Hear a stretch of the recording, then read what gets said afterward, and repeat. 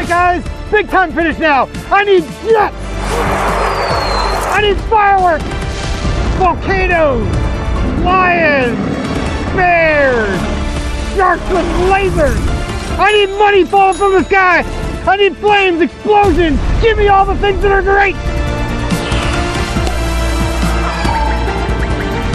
There can only be one winner. America is watching. That was beautiful. That was amazing. That's a wrap. In your face, Spielberg. Tommy? Tommy?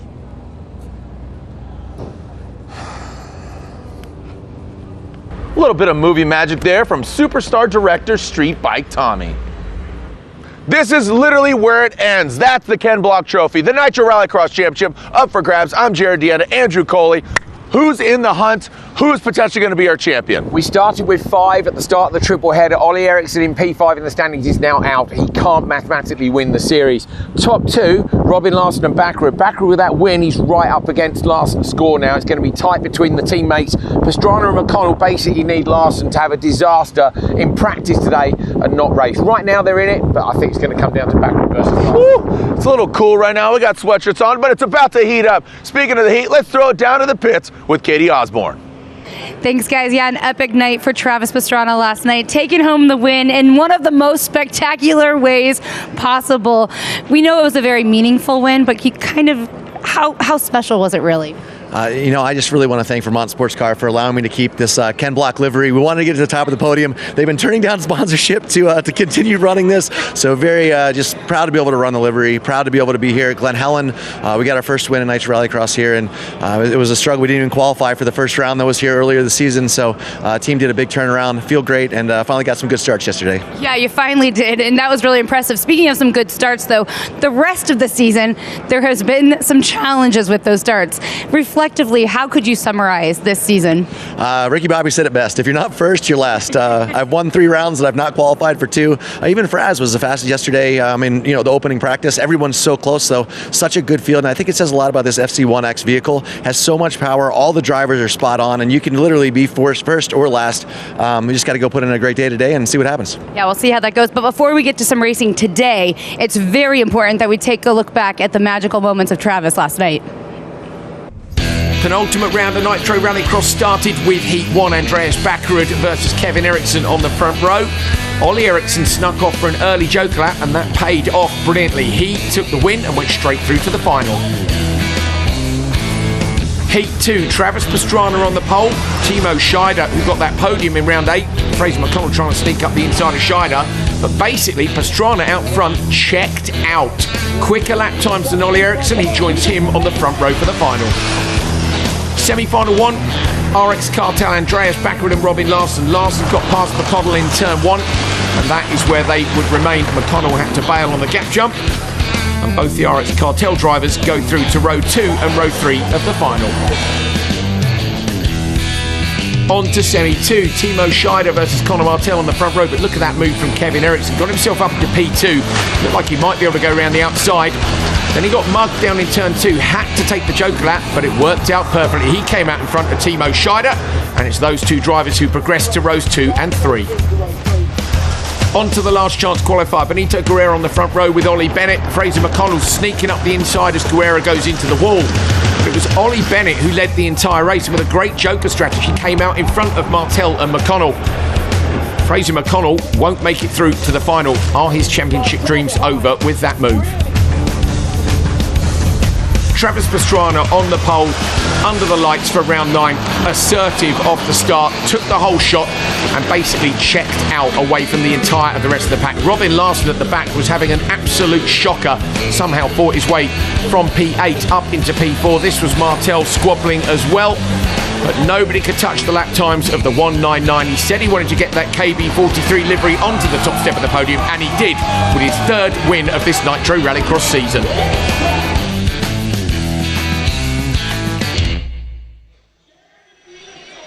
Here we are. Look at that. The City of Angels. Well, You know what? These guys have wings of a different kind. The Nitro Rallycross, Smirnoff Ice Smash, road to the finish line. We're talking about heat winners semifinal and then the LCQ. Already on that front row? No. Who's ready to go?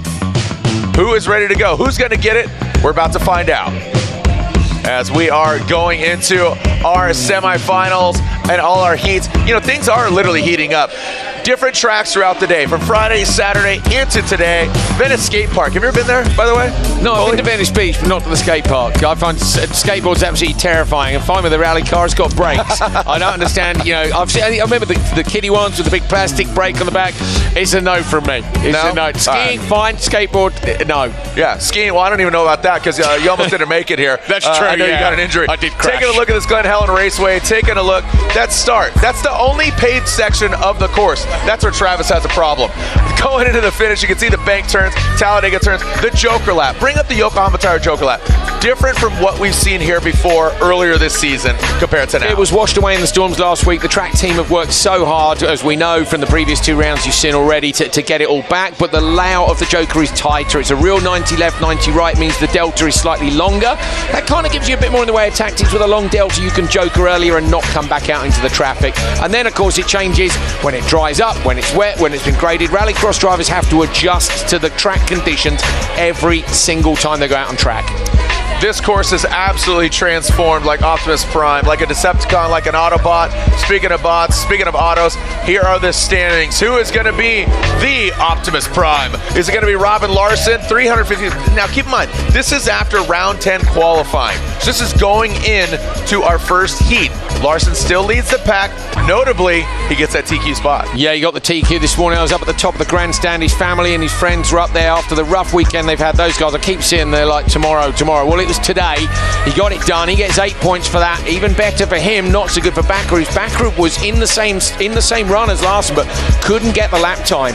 Then a couple of cars came out in the second run and beat him, so he only got 1 point. So the lead goes back up. It's a bit of breathing space, and McConnell and Pastrana, because of that result for Larson, are out of the title race. It's all about the championship here. This triple header has been an absolute marathon, not a sprint. It's been 3 days, Friday, Saturday, Sunday. Even coming into this week, we saw snow here a week ago in this area. I live just down the freeway. Crazy weather. The hills are green. That means we've seen a lot of rain. So what does that do to the track? Well, it tears it up. It changes. It transforms. So the track from Friday, the first day of the triple header, very different from what we're seeing now. We saw so many debeatings, so many punctures going into that mud. The track says, nope. Glen Helen grabs that tire, says, nope, you're not going anywhere. Debeats it. Today, little looser, little backies, little backwards entry. I'm liking it. I think this is a shape of things to come. Again, the champion will be crowned. It is official, the Ken Block Trophy. It has been deemed that by Nitro Rallycross. I know a lot of race series, including Nitro Rallycross, has retired the number 43, respectively, out of respect of Ken Block. Shout out to Leah Block. She got second yesterday at the 100 Acrewood Forest, running that snow camo livery that Travis Pastrana took to the top yesterday. Side-by-side, semifinal next, side-by-side, always a good time, but next semi is coming up as well. It is, yeah. We're going with the next one first of all, it looks like. So we've got Tommy Howman on the inside and Casper Janssen outside. It's a good grid of cars. Jimmy Henderson yesterday was super fast, and they weren't watching for Henderson, and they didn't respond to his Joker, Jared, and he got a great result. That was awesome. But he then had a problem later on in his run and didn't do so well in the final. So I think it was a puncture for him, and he just wasn't able to mix it. But some really quick drivers here, and Olofsson at the back, they changed their engine overnight. They finished putting the engine in at 2 a.m. So this is the World Championships. Previously this season we had the North American Championship and we had the European Championship. This is the World Championship. And, you know, the guys to watch, Casper Janssen, Howman, we saw him absolutely annihilate yesterday. Where he executed yesterday, they got rid of that. I was kind of bummed, man. I like that last turn, that last straightaway to that hard left. They split the lanes. We see that ERX, but you know we had it here. Excuse me. We had it here till today. Yeah, sure. So basically on the front row for the World Finals, what you've got is you've got your European NRX Next champion Tommy Howman, and on the outside you've got your North American NRX champion Casper Janssen. Casper, of course, won the NRX Next title last year. All right, so there we are taking a look at his semifinal one. Casper Janssen, Tommy Hellman on the front row with that pole. Lane Vakela, Jimmy Henderson, Simon Olafson, and Eric Gordon. So you're seeing, you know, international affair here. A couple Americans mixing it up, chopping it up. Come on, America. Henderson's the one from yesterday. Can he get it done again today? I think they'll respond a bit quicker to his joke lap this time round. You see top left of your screens there, the world final for NRX Next. At the minute, it is Tommy Hellman who leads, and he has another great start. That's what he got done yesterday. He made an incredible pass on Janssen through the windrow on the final straight, coming into the left-hander just before this jump sequence. As Jared said, they've taken that windrow out, so there's one long wide corner there. Henderson looking up the inside. Where is this coming from Hellman, man? Where is this coming from Hellman? He's a weapon, Jared. He's been on the podium every single time he sat in his car. Tommy Hellman's been on the podium. But just his dominance here at Glen Helen, does his track suit him? I think he showed up? Is it something in the water? He's just very, very good. And I'd love to see some progression for some of these drivers up to the next category. We all know costs a Group E are a lot more than NRX Next, but hopefully the teams will be looking at these drivers and going, yeah, okay, let's give him a test. Yeah, let's give him a test. Class 11. Well, maybe. the one dude in there was awesome. All joking aside, Class 11, the Baja Bugs, we love it. Some of the most feverish racing we've seen this weekend. It's been awesome. But Hellman delivering, man. I mean, we always talk about Janssen. It seems like a broken record, but Hellman, he's showing up here in Glen Helen. Look at the momentum through that last corner, Jared. These are momentum cars. They've still got a lot of power. They're very fast to drive. It's nearly 300 horsepower. But, you know, that's not 1,000 horsepower like an FC1X. You get in trouble in an FC1X, you point in the direction you want to go and you boot it, and the all-wheel drive and tons of power pull you out of it. These things, you make a mistake and you've lost half a second, and you can't do that with the likes of Casper Janssen breathing down your neck. You just lose places straight away. Have you ever driven one, Coley? I don't know if you've ever told me. No, Have you ever I've never mentioned it, but if you go to my Instagram, it's pinned at the top. Oh, you have driven one? I did, yeah. I broke it. I did quite well until I broke it. Ask Ollie Eriksson, he was in the passenger seat. Fair play to him. Do you want to go? Do you want to go racing, Jared? No, I'm good. We discussed this earlier. I'll stick to announcing. I am Bowser in the Mario Kart world. Okay, I'll throw bananas, some red shells. You know, I'm the big dumb animal in that cart, man. As opposed to you, Princess Peach. Thank you, mate. I'll take that. That's good. It's kind of a compliment. 7.1 seconds is the gap back to Janssen. It's gone up by 2/10 on this last lap as Tommy Hellman continues to push. Remember, the delta is different for these guys because their standard lap's different. Here goes Hellman into their standard lap. They avoid the big gap jump you can see in the middle as we watch going into the Joker lap was Jimmy Henderson and Simon Olafson. What an effort by Sandra Holmgren and the team to change the engine overnight. I texted her sort of tea time last night. I was like, you going to change the engine? Nah, probably not. She messaged at 11 o'clock, goes, we're changing the engine. I was like, 2 a.m. they did it by. Hey, you know what? That's racing, and there's so many unsung heroes between the pits, the paddock. You know, the drivers are out there, the names are on the doors, but there's so many people underneath the car. Janssen's in a big battle here. Contact for Janssen, and that's Simon Olafson who's gone round. So Olafson went round looking up the inside of Casper Janssen. Henderson was in there too. 6.6 the gap between Henderson and Hellman. So Henderson again is the danger man, same as yesterday, doing a brilliant job. Jimmy Henderson is. See whether or not I'd love to see him back again next season as well. Fantastic. Into the joke lap, then goes Tommy Hellman. Watch for Henderson coming through as well. You're going to see him go left and right. Henderson's going to come this side of those tyres. Hellman will get on the throttle, try and find the traction, and he's got it done. So Tommy Hellman leads yesterday's winner. In fact, leads by a lot. The gap was 6.5, and I reckon Henderson's 1.7, so about 4.8. Their delta's he's under 5 seconds for NRX Next. Tommy Hellman absolutely showing up last night and today as we are absolutely shredding out here, and there we are, Hellman, Henderson, Janssen, final lap, and that's where he executed last night.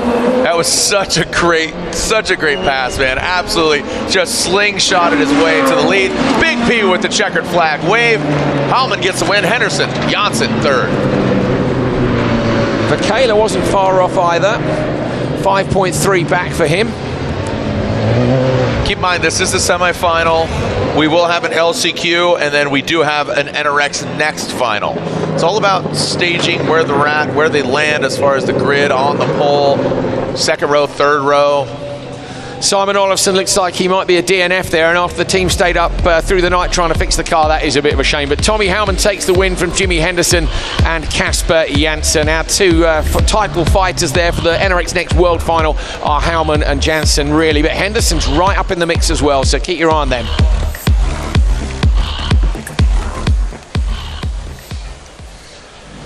Hoods are up in the grandstands. Not quite as sunny as yesterday, Mr. DeAnder. It was just California. What's going on? I mean, it's just bipolar, man. It just. I mean, we've seen all the seasons from Thursday to today. And the My Energy, oh man, My Energy absolutely providing some great support here for Nitro Rallycross. You know, I know, Cole, you've been over there, race cars, went against, no big deal, Formula One champion Jensen Button. He races a little bit dirty. About it, you know, yeah, I mean, you beat Jensen Button fair and square. Jensen's not even here to defend himself. My Energy, great partner of Nitro Rallycross. Speaking of My Energy, here's our energy. Gregoire Shaw, Scotty Lawrence, Sarah Price, Leticia Buffoni, Amanda Sorensen, Ben Mayer. If you don't know his names, look them up. Leticia Buffoni, notably from Urethane Wheels to obviously Yokohama Tires. Sarah Price, she's raced, you know, Extreme E. She's going off-road. She does a lot of different things. Amanda Sorensen, drifting, Extreme E as well. Monster trucks, they do it all. NRX, let's go. Let's set it here. Side by side, semifinals. Who's going to the finals? Send it. Michaud with a good start. Scotty Lawrence, I think it was trying to come around the outside. Yes, it was. Lawrence now inside line. Nice pass around the outside into turn 2. I saw Amanda Sorensen last night up at the RV. She's having a great time in these cars. Sarah Price with the pass on Scotty Lawrence in turn 2. Really tidily done.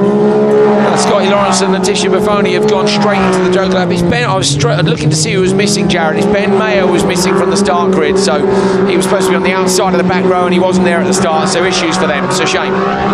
Michaud definitely the force out here, that 27, the military green vehicle. You see Sarah Price giving it the beans there. In second place, Amanda Sorensen sitting in third. Price is on fire here, Jared. She's really going quickly behind Michaud. She's tidy on the way into that corner. Michaud with a slightly more sideways style. Sarah Price staying in touch, just 0.6 of a second behind. Behind her, Sorensen is in P3. With Lawrence and Buffoni having choke, and I'm looking at Scotty Lawrence, and it's 5.1 is the delta at the minute. Bilko's come up to the commentary works. Come and join us, mate. Come join us, mate. Bilko's here. We've got the whole. We brought out all the Nitro Circus toys today. G'day. How's it going? Yeah, it's not the most ideal conditions for freestyles. I did think that. It's windy today. Yeah. So we're still putting on a show, having some fun.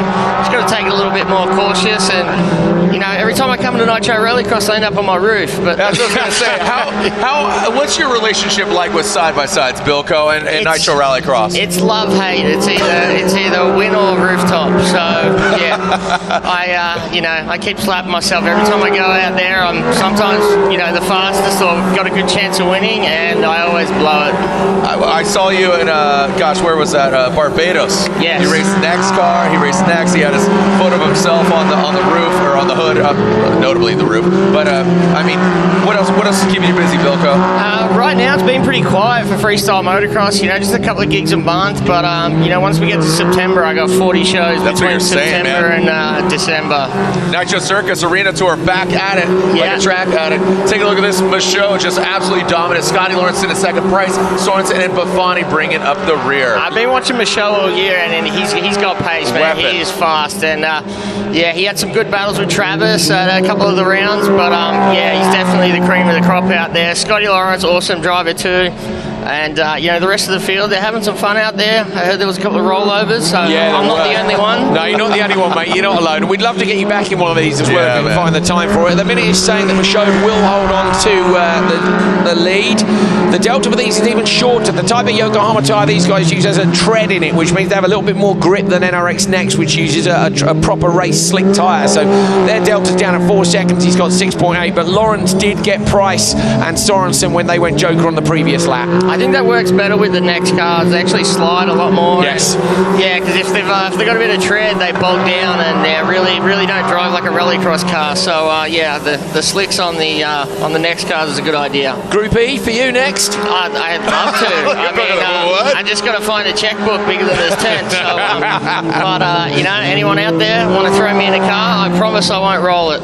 Okay. Well, that's speaking of checks and cashing. I don't know if you can cash that check. I'm guaranteeing not rolling it. My mouth talks a lot of checks that can't cash. Gregoire Michaud takes the win from Scotty Lawrence and Sarah Price. 2.5 seconds was the margin. We're creating the FOMO out here, man. I mean, this event, this is a great way to end a Nitro Rallycross season that began in 2022 at Linden Hill in UK. Went to Strängnäs, made it back. ERX, talking about Arizona here at Glen Helen. We're back at it like a track addict. Bilko, the boys are doing some freestyle motocross. We got Van Prix. We got Class 11. I think we're gonna throw you into Class 11. I think that'd be fun for you, right? They looked pretty fun yesterday. Right? Yeah, that was brilliant. They were extremely entertaining. Those guys had some fun out there. There was heaps of contact. I was loving it. Yeah, man, we were too. We were too. Race result from that last one. Greg Show taking it from Scotty Lawrence and Sarah Price. 4.8 seconds over the top four tells you all you need to know about the side-by-sides. It's got a skateboarder in there. She didn't been doing any kick flips.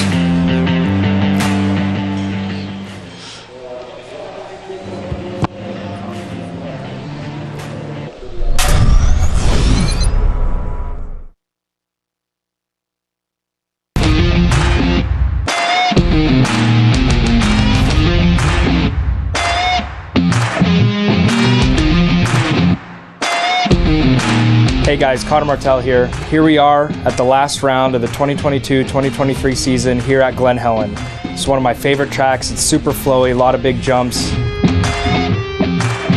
Here for a track preview at the final round in Glen Helen. Ride along with me with the Insta 360 view. It's gonna be awesome.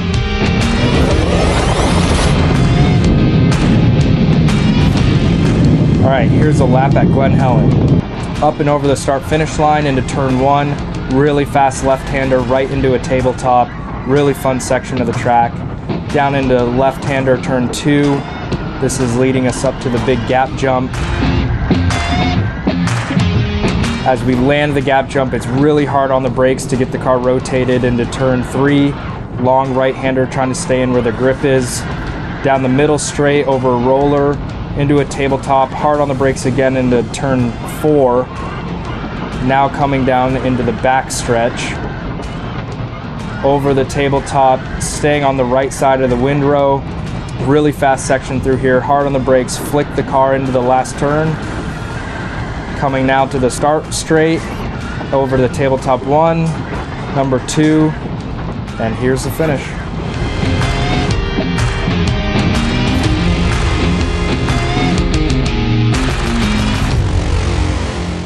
Glen Helen, an absolutely beautiful area. It's really green right now, which is awesome. I can't wait to get the cars on the track and get ready for this race. And I'm super excited for the final.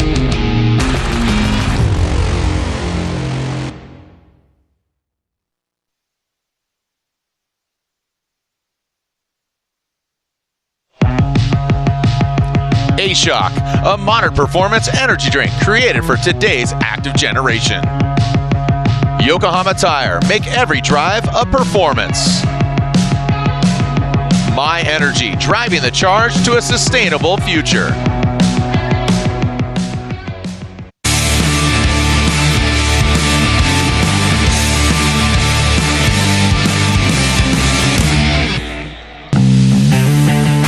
Here we are. This is the final day of the triple header.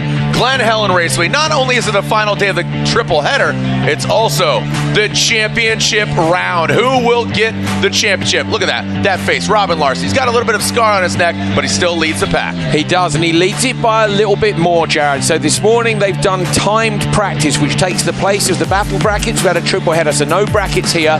He got the TQ when he absolutely needed it. So he bags 8 points. The lead last night was 17. Andreas Backer had only got 1 point. So he's just edged it out that little bit more, and that makes the rest of the day, gives him a bit of breathing space. It also, I'm afraid, means McConnell and Pastrana cannot win the title. It's a two-horse race. Wow. So there it is. It is a kind of, let's call it what it is, incestual, a little bit of a pillow fight between the DRR, JC, RX Cartel. I gotta ask, is that a shape of things to come? If Robin Larson sets the TQ, he's got the target on his back. His lap times were quicker than Pastrana and Ollie Eriksson, who were both, they were all within a tenth, like hundredths. But so remember, those guys were the pace setters yesterday. But the point is, Larson is bang on. With the TQ comes the pole. He's on the front row in the heat race here. If he can go straight through to the final, it's going to give him a really, really strong start to the day. And Backerud is going to be on row 2 in heat 2. So that's a much worse start to the day for Andreas Backerud. I mean, worse, figuratively. It's advantage Larson, and it hasn't been all weekend. All right, so the stage is set. Glen Helen Raceway. You know what's really interesting here is Robin Larson got the pole. You can see him right there out front. Ollie Erickson right next to him. Timo Scheider, Fraser McConnell, Benito Guerra. He's chalking things up a little bit. Again, the track has changed. From Friday to today, 3 different tracks. Friday, Saturday, Sunday. Here we go. Let's send it. Larson then has had such a rough weekend so far. He bagged a 4th yesterday from 8th on the first lap, managed to fight back. Can he fight back today? He's already started that fight back with the TQ. Now he wants to go straight through to the final. The rest of these guys are not going to make it easy for him. Ollie Ericsson's got the better start, going to try and close the door on Larson. Larson gets into his rear 3/4. He holds P2 at the minute. Fraser McConnell slots into 3rd place. So not the start he wanted, Jared, but by no means over. Remember, Larson, the pace setter this morning, but him and Ericsson are so close on lap time. Keep in mind what's at stake here is the winner goes automatically to Fast Pass. Not only here to the booth, but also to the finals. Because we're going to talk to him. We want to elaborate. We want to find out what's at stake here, what's going on, how is the track transforming. Robin Larson takes that Yokohama Tire Joker lap. Ollie Erickson does not. So keep that in mind. Yeah, he's set back, but strategy coming into play. Yeah, great tactic, Jared. So basically he knows that over 4 laps he's not going to catch up with the slower guys because the delta here is quite long. It's around 7 seconds. Yep. Interestingly, Scheider hasn't made it off the grid, or if he has, he's a long way. Yeah, he's showing plus 30, so problem for him. So Larson now is going to watch the gap to Ericsson. It was 7 yesterday, showing 9.6 at the minute, so maybe it's a little bit longer today. We'll see. I think now Ericsson will stay out. I'm not, well, maybe he could respond, couldn't he, straight away? I think you're right. I mean, strategy in my mind would be... He does. No, there he you responds. go. So I need $5 back. Okay, yes, we're equal. There we go. We're even. Equal. Our bets yesterday, you said he was going to take it. He did not. So it's really important. Where's Ericsson? He's had a mistake. Ericsson's run up the bank of the A-Shock Energy gap jump. Mistake by him. Where's Larson?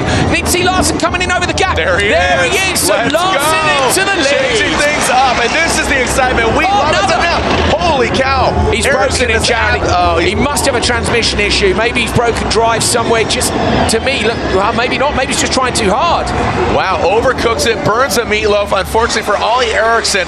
Now look at this. We're looking at Robin Larson. Yeah, he's in 3rd place, but keep in mind, he's taken that Yokohama Tire Joker lap. Benito has not. Fraz has not. So we got a Mexican and Jamaican. Look at this. I mean, absolutely international affair, like Epcot Center. We got a German, a couple Scandos here in the mix from Sweden.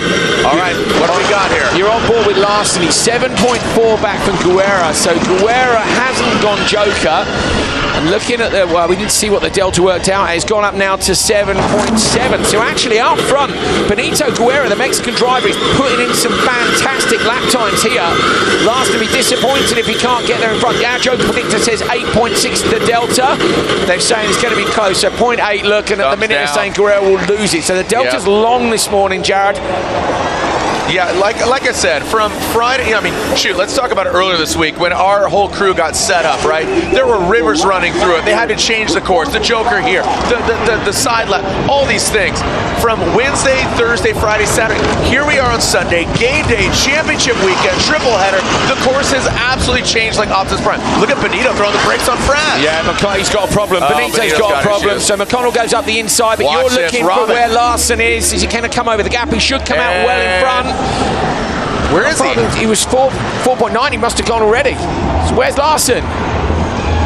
Where's Larson? Is he further forward on track? Fraser McConnell might be getting the win. Where's Robin Larson? Oh, is he out there? Larson's had a problem. No, Larson's had a problem. So he's failed. He's taking the Joker. Crazy. So Fraser McConnell, Benito Guerra, again, the winner gets the fast pass to that front row in the finals. Here are round 10 of Nitro Rallycross. Who's going to get the Ken Block Trophy? It's deemed, it's official. Fraser McConnell gets the win. Look at that. Ollie Erickson was leading. Robin Larson giving it back. But unfortunately, Robin Larson has an issue. Let's take a look at it. We'll review. We'll run the tapes back. So Larson coming through in 3rd place. He'll be on the front row for his semi-final, but he's in the car. Oh, whoa! Larson knows. So apologies for the language, but Larson knows he's screaming in the car. I'm not apologizing for it. This shows that he knows there's so much pressure on him. Okay. Oh, the pressure, you can feel it from Friday to today. Dude, it was there, Jared. He was going front row of the final. He was going pole in the final with the TQ. What happened? I'm guessing he's rolled a puncture. I don't know that, you know, and then he's had to go double joker, basically. Let's make it official. Fraser McConnell goes into the finals. He's got the fast pass. We'll get him up here. He had a tough day yesterday, too. The emotions run deep. It's peaks and valleys, baby, here at Glen Helen. Dramatic start to the day. So Larson loses the start to Ollie Eriksson. Eriksson gets out in front. And then basically, Eriksson has his problem when he goes joker. Larson gets back in the lead. You're going, you know what? He's golden here. We're looking at it. Guerra's looking like he might be there. Eriksson bangs the wall, Jared. Hit the wall on the outside. Then he rides up. Then he spins in the next hairpin. And we thought Guerra was near. And then Guerra seemed to have a problem. Oh my God, did Fraz went around as well? Fraz spun. I mean, what is happening right now? Is it exhaustion? Are the drivers? 3 is days it the track? It is a lot. I mean, we're up here talking smack, but these drivers, they have to stay focused. They have to stay in the game. The championship up for grabs, and the frustration is palpable here at Glen Helen.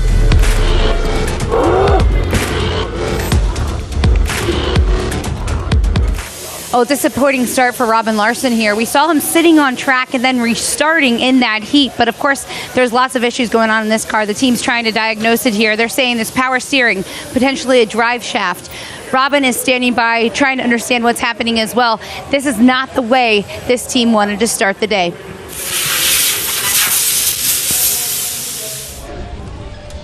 Taking a look here at our next heat. Joining us here in the booth is Fraser McConnell, our most recent winner. He's finding out who is going to be next to him on that front row. We're taking a look at Andreas Backrud, who won here Friday night. Ollie Bennett, he was up in the mix. Connor Martell has had just a string of bad luck. Fraser, we're looking at this setup here. Pastrana got the win last night. That camo livery, taking that to the top. Kevin Eriksson, I mean, that's a force to be reckoned with. Look at those 3. I'm just calling it out right now as we're in the cockpit of Backrud. Fraz. No, I mean, everybody in this series has it, and everyone's going extra flat out today, especially. Taking a look at this grid, we are looking at Kevin Eriksson. Travis Pastrana got the pole. Ollie Bennett on that second row. Next to him, Andreas Backrud, the winner Friday night, and Connor Martell. Watch this. Watch what Coley does here. We'll have a catch-up with Fraser. Dude, I mean, it's championship day. He gets really championship day. 3-point stance. Watch for Backrud. This is all about can Backrud go through where Larson didn't. Pastrana on the front versus Kevin Eriksson, but Backrud is the really important man in terms of the championship fight. He gets a good start, but he's going to get the door shut. Kevin Eriksson goes up the inside and Travis Pastrana. Trying to be on the outside now up into turn 2. Pastrana holds on, gives Kevin a nudge. Kevin looks inside again. Backrud in P3. Remember, only the winner of this will go through. Let's look for joker strategy at the start. I wouldn't be surprised to see Backrud go if nobody else does.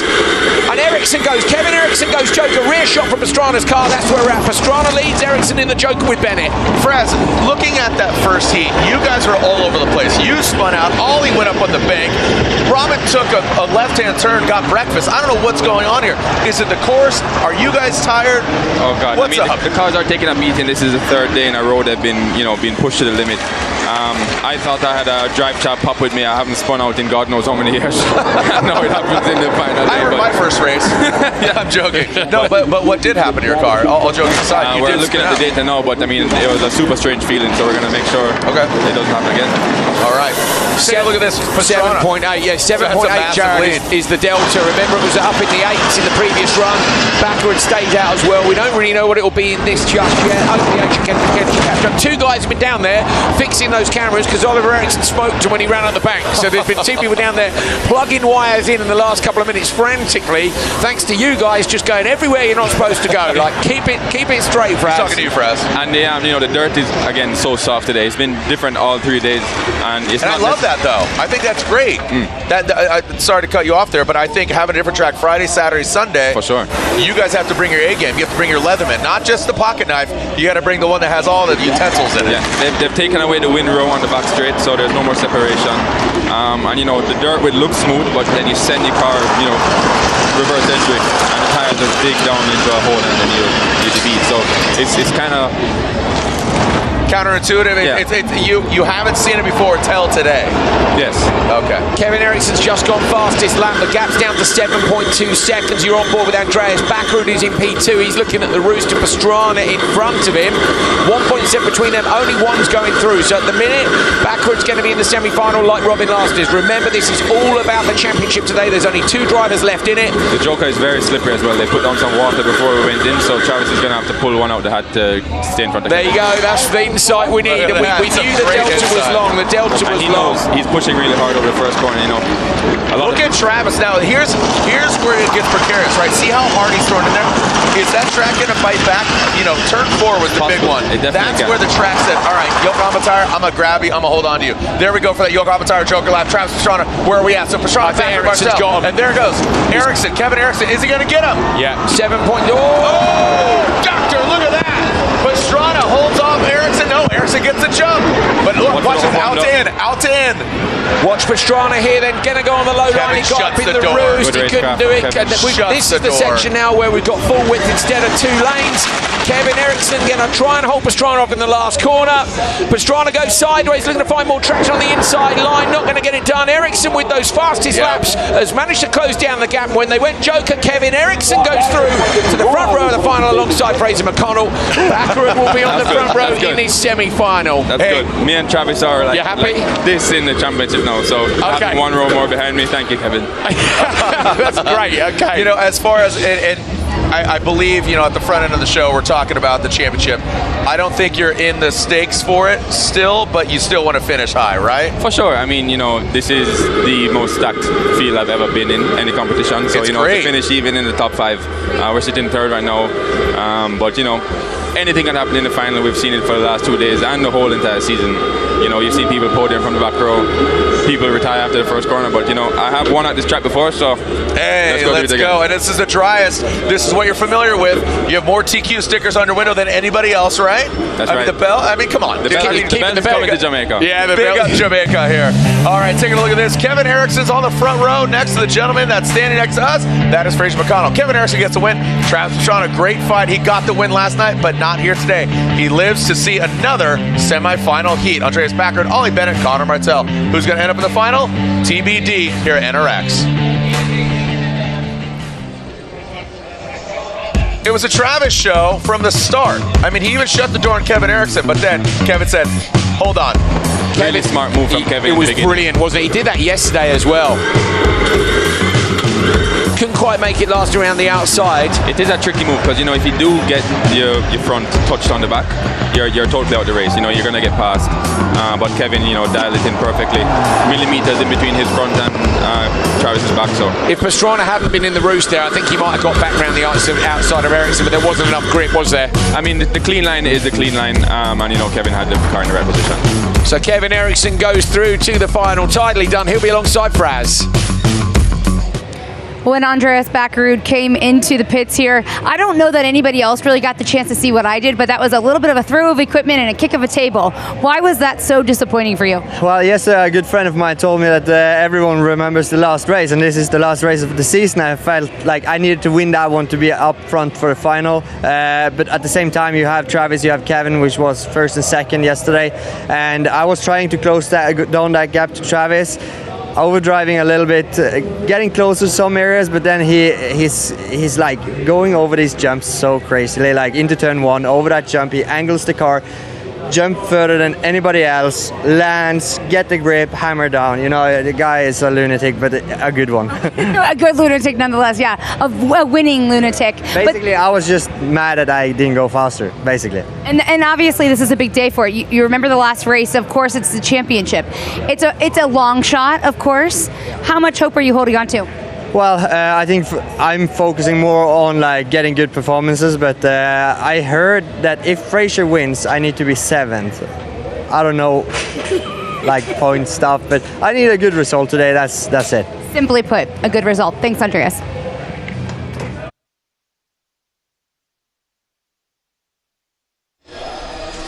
Great stuff. We're going to take a look at some action. Okay, some Robin Larson. This was emotions, Robin coming in. Emotions, man. That's what it is. Shocker for him. Oh, he was livid.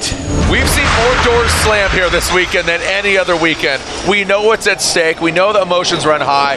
Exhaustion, 3 days of racing. Here we are at Glen Helen, the final day. The track's different, the drivers are different, and the champion will be different this year. Yeah, look, last is championship day, isn't it? He got the TQ, Jared. He's feeling suddenly, okay, this is back in the room. He's on the front row. He wants to go through straight away, chill the rest of the day. Watch Andreas Backward going down the grid, but no, he gets zero chill because he had, and we found out as well, we think a problem with the drive shaft as well as the power steering. So he went left from the jump. He stopped, which you have to do if you take the bail line. Then he got a 3-second penalty as well. Didn't matter because only the winner went through, and that was all he was interested in. But I suppose what's good for him is Andreas Backward didn't go through from Heat 2. So Robin, yeah, he doesn't make it, okay. He's only focusing on Backward. That's all that matters is where those two finish in the final, assuming they both make it. And they must both make it to keep that fight alive. His own teammate, right? I mean, here they are. Kudos to them. And that's what I love about Group E, the introduction of these vehicles at Linden Hill, the birthplace. Here we are now going full circle. We're in America. Day in the dirt. I mean, they're an iconic track. Larson, his attitude, we saw him walk past with his lady, and he still got a smile on his face. Yeah, he has. He was smiles. This guy works hard. He speaks softly, has really good puns. I call him the joke sniper. He comes in, just, gets you with a joke. Really good attitude. I don't count him out just yet. Absolutely. And Andreas is saying, I mean, there's no team rules right now. Look at that. We're seeing the attitude of that pit. Guess what? One of those guys is going to be champion. We're going to be partying. Regardless, everybody wins.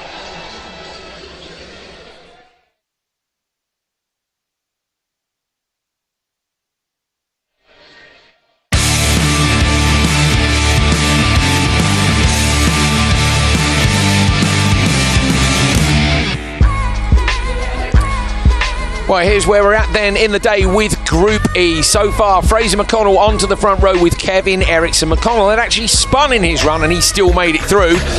Problems for him.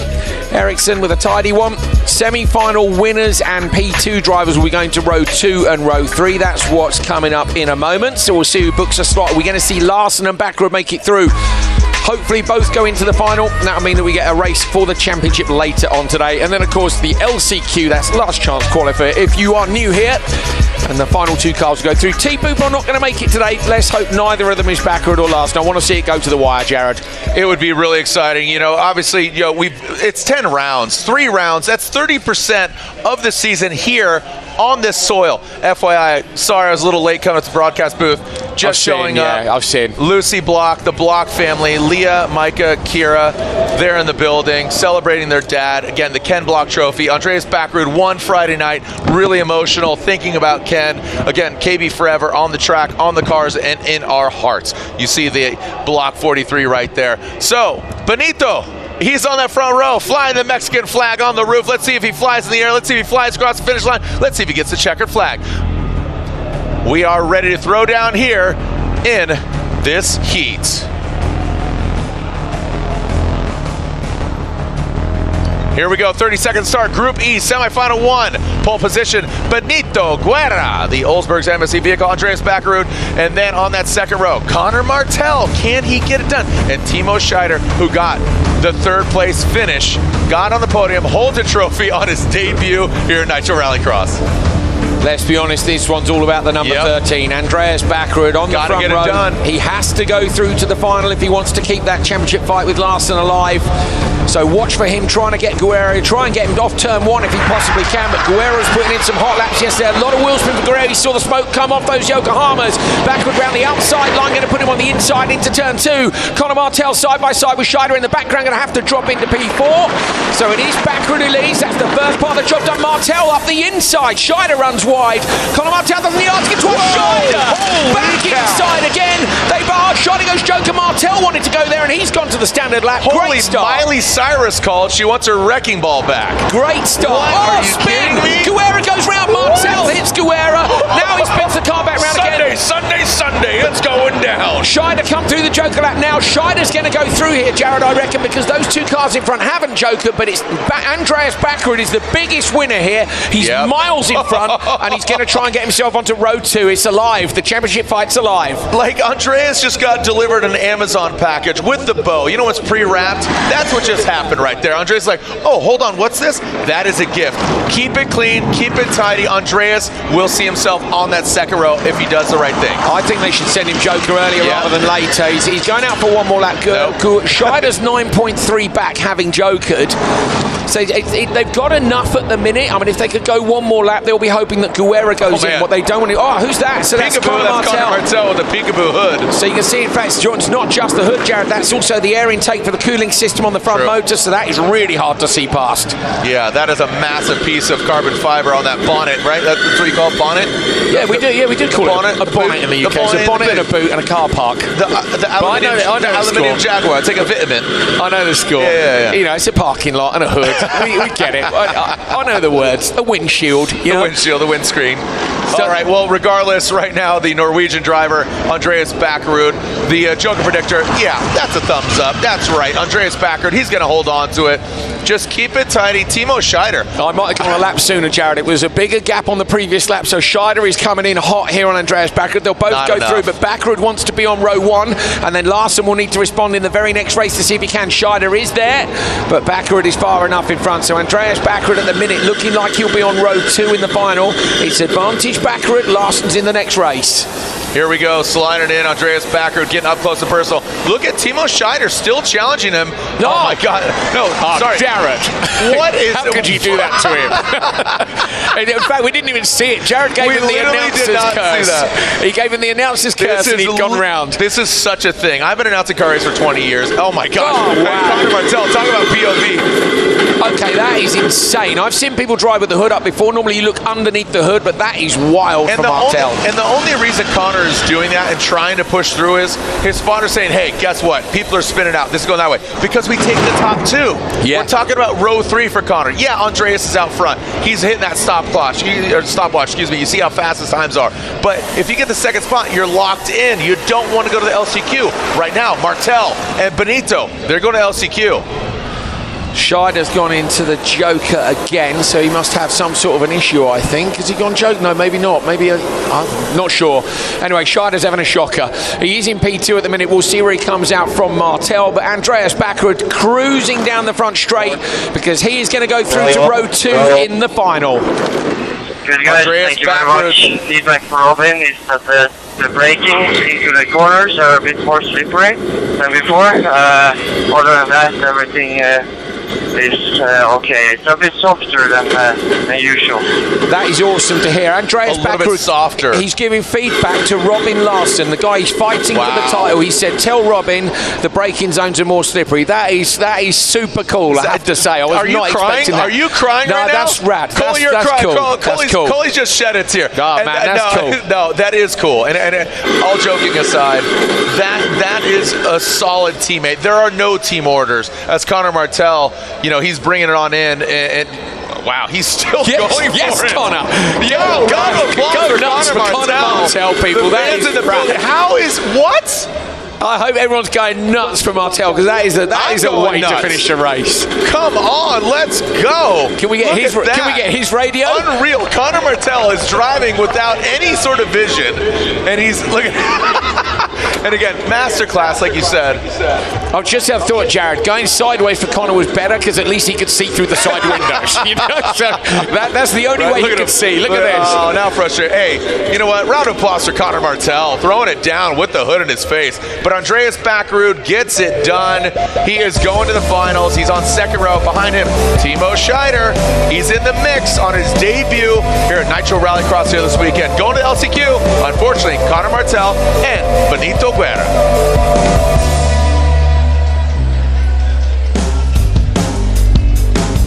Good start for Backerud. Look, Guerra just a little bit too hot on the throttle again. You can see there was a lot of smoke off the line. That equals wheel spin.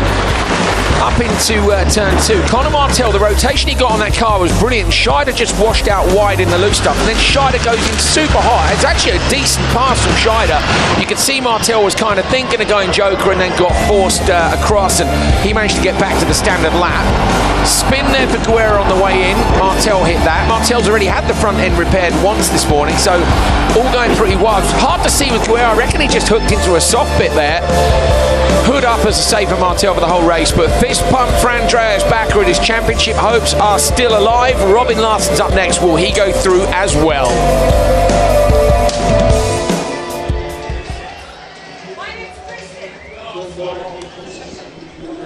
Oof.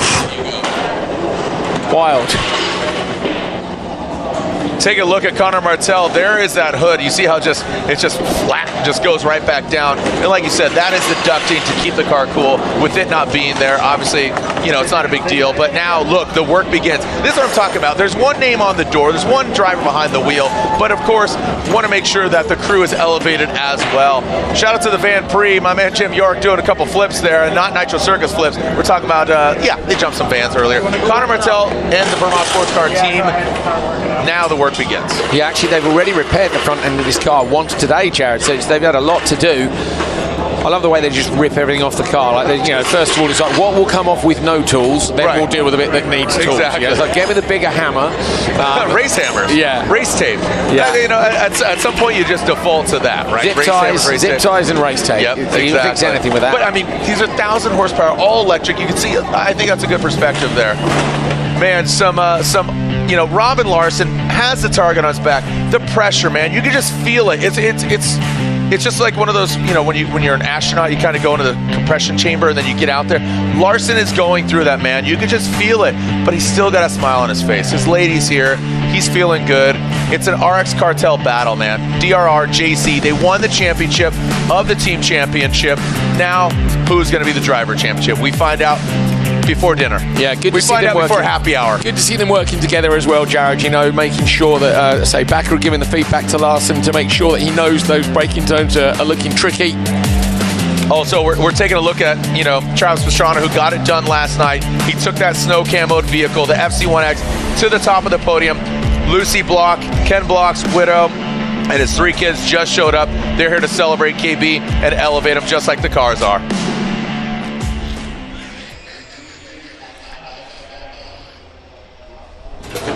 Well, that is what is left of Conor Martell's car. It's a dime piece at this point in time. I think the question is Conor, how did you actually bring it back to the pits and get a chance to actually drive it?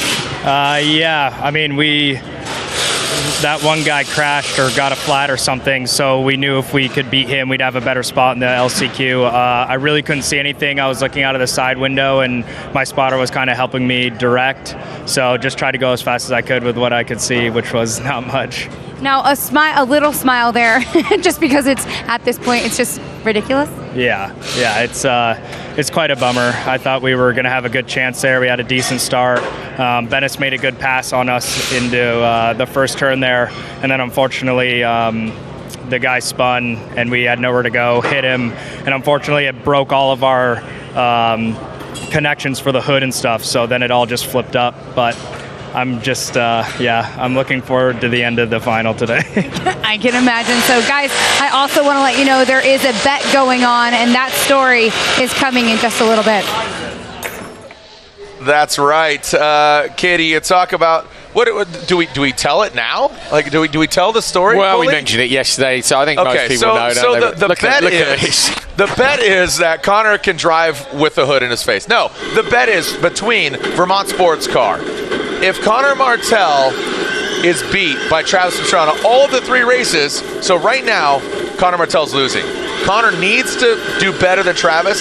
If Travis is better than Conor Martell and results, they will play tic-tac-toe on his body. I'm talking about Terry Madden, his spotter, and Travis Pastrana with the tattoo machine. Who loses? Conor Martell. If Travis Pastrana gets the win. So a tattoo is at stake here. They're playing a bit of a game here on Conor Martell's body, so we will find out. This is the Van Prix from earlier, the Dixon graphics, oh my gosh, the Shreddy, we got Wild Mikes, the Van Prix. Yeah, this is Nitro. This is our special sauce. It is special. Yeah, we got Honda Odyssey. I didn't want to name the manufacturers because they're just so exotic. I mean, Coley, have you ever seen anything like this before? Well, I saw the ones we did last year, but other than that, no. I mean, this is, look at the number of vans and the entries. Like how many cars can the track take? I'll normally put 8 cars out. Okay, well, we've got 16 or whatever the hell it is. We're just going to put them all out there and see what happens. And what happened is the usual thing, carnage. Yep. Well, you see some airbags go off. A lot of them were removed, but then they keep some in there. That side curtain airbag. It's good to see the driver safety equipment too. You see the airbags have gone off there, and it's trying to get that out of the way so you can see. The rear seats are in there, Jared. That helps with the handling. You know, you leave those in. Weight reduction. Yeah. Yeah, well, no, but it's weight position. You know, don't take them out, then you have no grip at the rear. Good point. I mean, massive race class over there. I don't know if you know, Coley has driven an NRX Next vehicle. Once. Speaking of Next, let's talk next Twice. to Andrew Coley and Andreas Backer. Enough about you. I just want you guys to know that Andreas Backer can see you right now, and he's talking behind your back, literally. Anyways, there's been a lot of conversation with Andreas, including when you were in the car, you were allowing your team to kind of get some insight that they could pass along to Robin. What were those insights? No, have they started racing yet? Because the track is a little bit softer right now. Not any ruts, but it's just in like braking zones is a bit different. I gave him some info. I'm sure he'll make it to the final.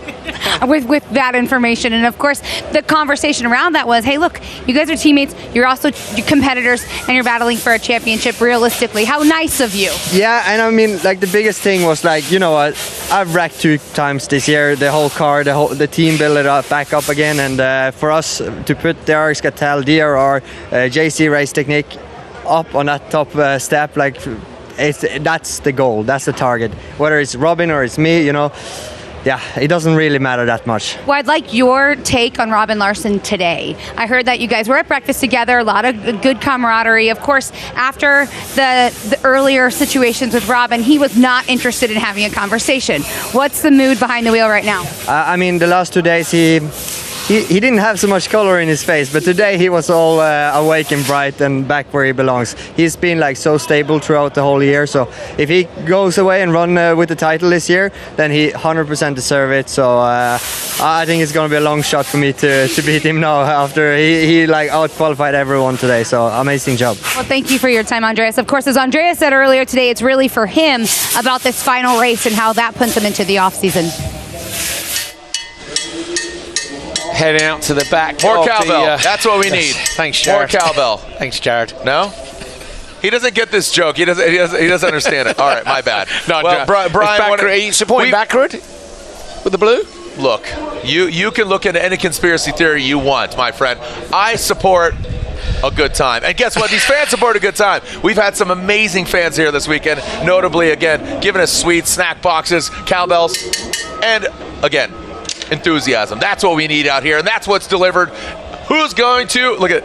He's got a little smirk here. Travis sent me a text. He was looking. He says, "Bro," he says, "Look at this." He says, "Check out Semi 2 and the times 3 of the 4 of us had in qualifying.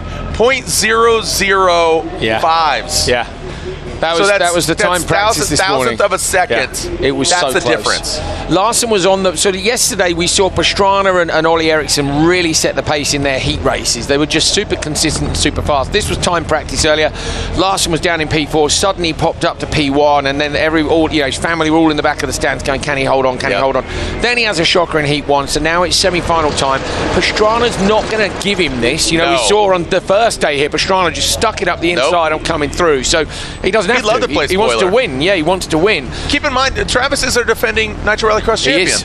Supercars, right? It came down to the final round. Here we're taking a look at TP's got that pole position. Robin Larsson on the front row, leading the points. Can he just lock it in?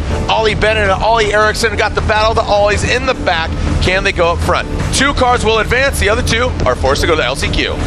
Robin Larson here then really needs to win because he wants to at least be on the same row as Andreas Baccarin in the final. That'll give him the best chance of edging his teammate Pastrana.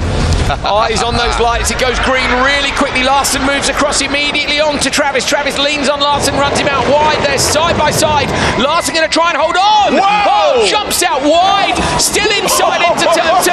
Pastrana trying to go round the outside, but Larson gets the whole shot. That was a brilliant start.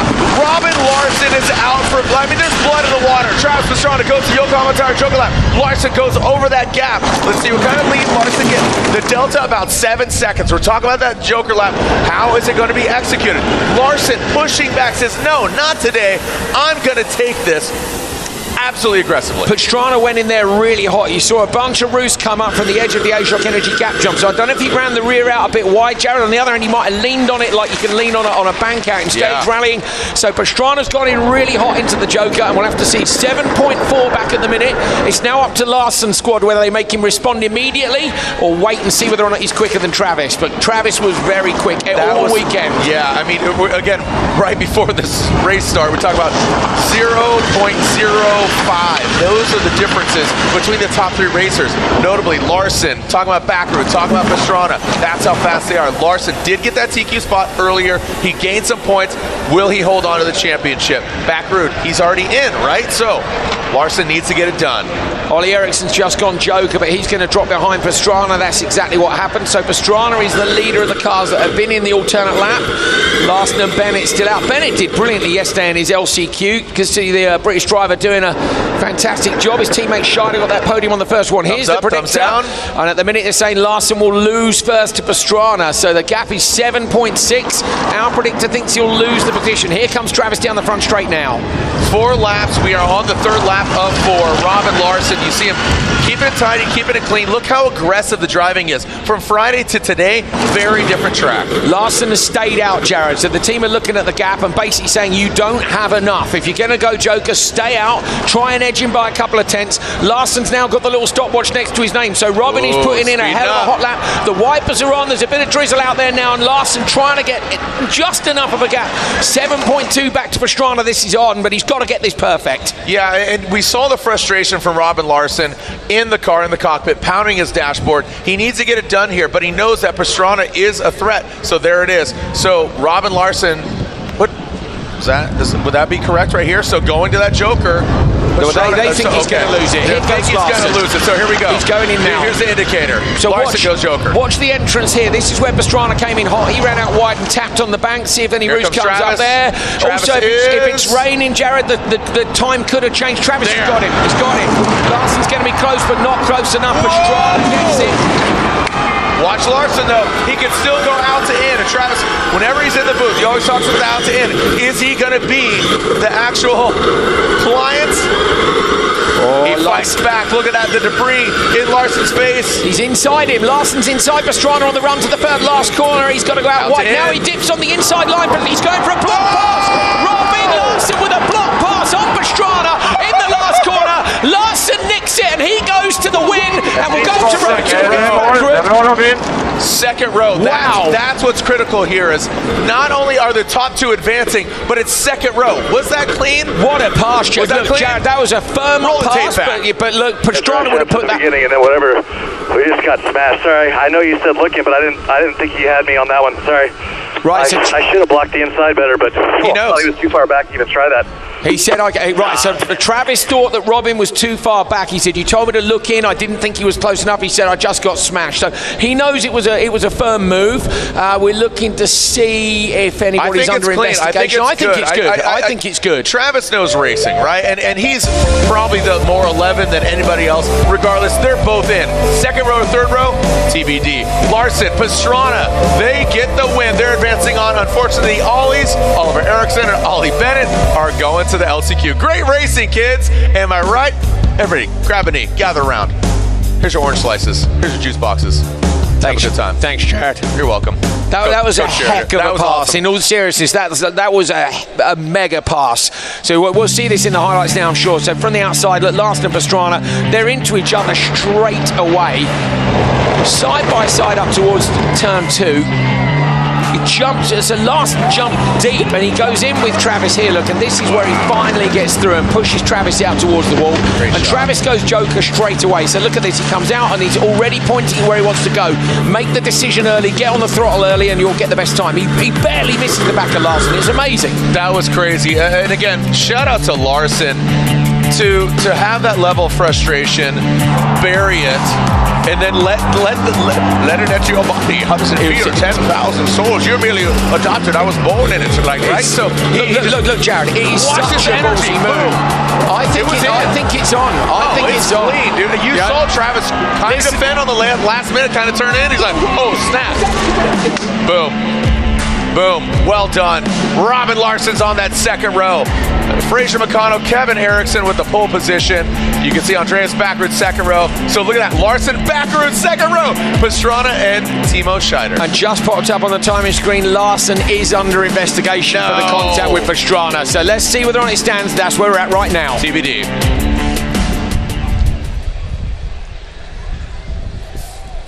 Oof.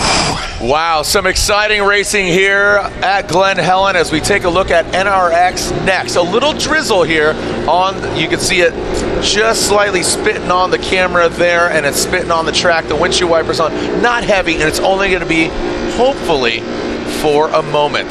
Dennis Reinbold from DRR is just walking past us here. Do you want to join us for a minute?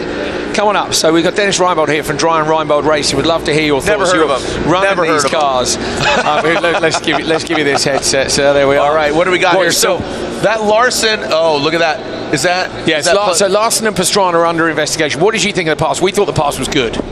Well, obviously I'm biased, so what do you think I think of that?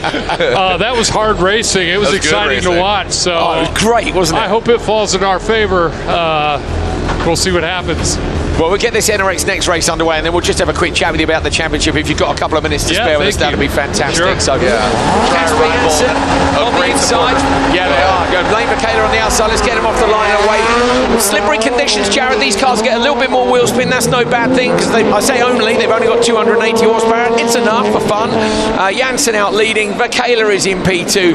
But yeah, Dennis, you guys have been running a bunch of cars here, and 4 cars at one point. I mean, yeah, the one did end up in a pond, which wasn't ideal. Don't bring it up, man. I don't know why you brought that up again. Jesus, I tell you, don't try to forget about that. It's back together. I saw Robin out in it last night. So how are you loving the series? Obviously, you guys got the team's championship yesterday. Congratulations on that. Yeah, thank you. And what a great year. And it's been so hard fought, and the growth and the excitement for the future is what I'm all about. It's like yesterday was a zoo around here. This place was crazy with people everywhere, and just the excitement and the interaction and everything. Look at this fight.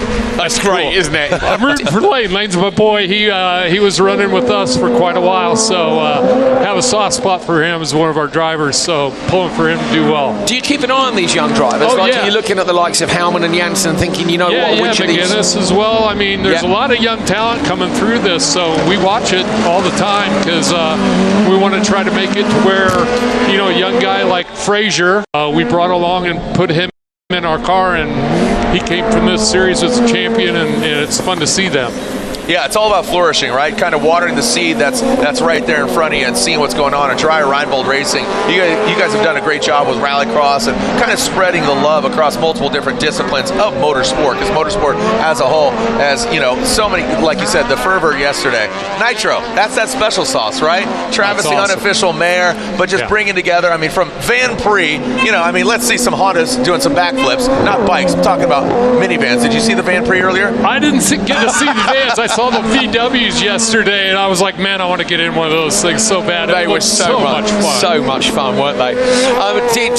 How's things looking for the month of May for you guys? A busy time, isn't it? We're looking good. We have Stephen Wilson. We signed him in last fall, and then just before coming out here, we signed Ryan Hunter Ray to be in our second car. So we're fired up for the month of May. We've been doing a lot of off-track testing, so ready to go. Knock on wood, we're ready for it. Yeah, you guys are, again, again, multiple different disciplines. 900 race, I mean, legend. I just love how different it is, Jared. We're talking about, the Indy 500, the ultimate in terms of oval racing. And they're here, running cars on the dirt. I mean, it's did you have to learn a bunch of things to go between the two disciplines? You can't just flip a switch, can you? Well, I grew up with motorcycle racing on the dirt and things like that, and so learned car racing through the Indy 500. My grandfather and uncles were involved in the Indy 500 for years, so it's all disciplines that are fun for me. I love watching racing. And how cool, full circle, we're at Glen Helen, Day in the Dirt, right? Like, just an iconic track, and we're making history of our own as checkered flags wave for Casper Janssen, Simon Olsen, Lane Michaela gets third. You're cheering on Lane, but I think, game, respect game, and motorsports and the petrol running through our veins, that's what it comes down to, and putting smiles on faces. Yeah, petrol current this time with the electric cars, but it's so much fun to watch. It's been just a blast to be a part of. Well, thank you so much for your time, man. We'll get back to business. Appreciate Congratulations. it. Thank All right, you. Casper Janssen, Simon Olsen, Lane Michaela, and Eric Gordon.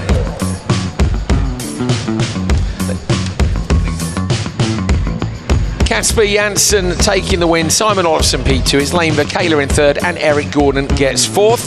NRX Next heading towards the end of their World Finals. Going to be good.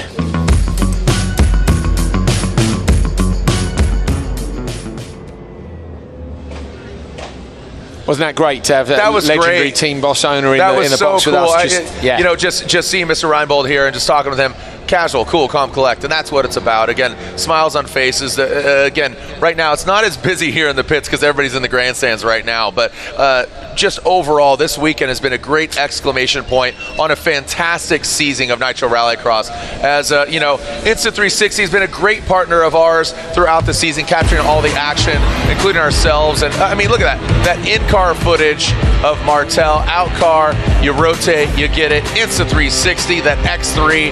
Thank you so much for their support. But again, all perspectives. We want to create the FOMO. Yeah, you're missing out. If you're not here in the building, guess what? Join us at the next season of Nitro Rallycross, because if you're not here, guess what? We're going to be done by happy hours, I like to say.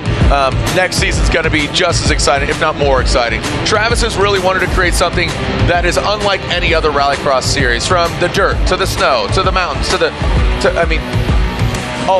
Dude, you never know where Travis is going to go. At one point, we were talking about whether we could jump in and out of the second story of a multi-story parking lot, and I'm like, okay, fair enough. Why not? So literally, what comes out of Travis's brain is wild, and we've been enjoying it now for several years. Of course, the first NRX was back in 2018, Utah 2019, both one-offs. Then we've had two series in a row, pretty close together, heading up for season 3, season 2 with the FC1X, and hope as many of you as possible are joining us. We're having a great time. It's been a fun season. Dude, it's been a great pleasure working with you this year, Andrew Cole, Mr. Mega, the voice of Rallycross, an absolute legend, and some great insight here. I just pop in and pop out, and I show up. It's a pleasure. Get to have some great anecdotes. But again, the access here, you can see Travis talking with fans, talking with potentially some media, Katie Osborne there wrapping out. So thank you so much for joining us and being part of this party that is Nitro Rallycross. So don't go anywhere. The party continues in the venue, online. We're going to keep this going. Let's go ahead and send it.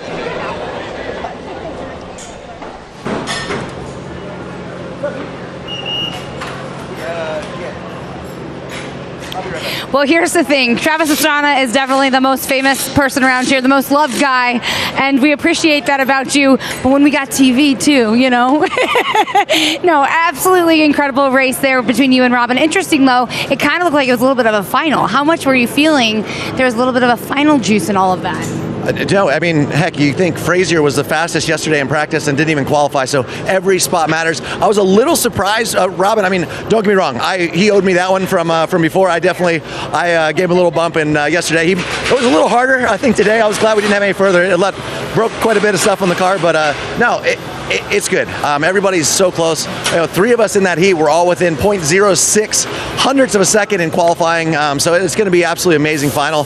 Would have liked to have not been starting back in row 3, but I think that's why he's going so hard, because Robin's like every spot in that final is going to matter, and he's going for the championship. He is going for the championship. You're going for the win, of course. Thank you, Travis Pastrana. We'll let you get back to the people.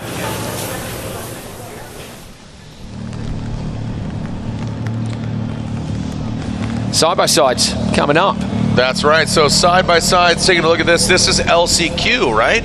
As the last chance qualifier that is who is going to be joining the other drivers.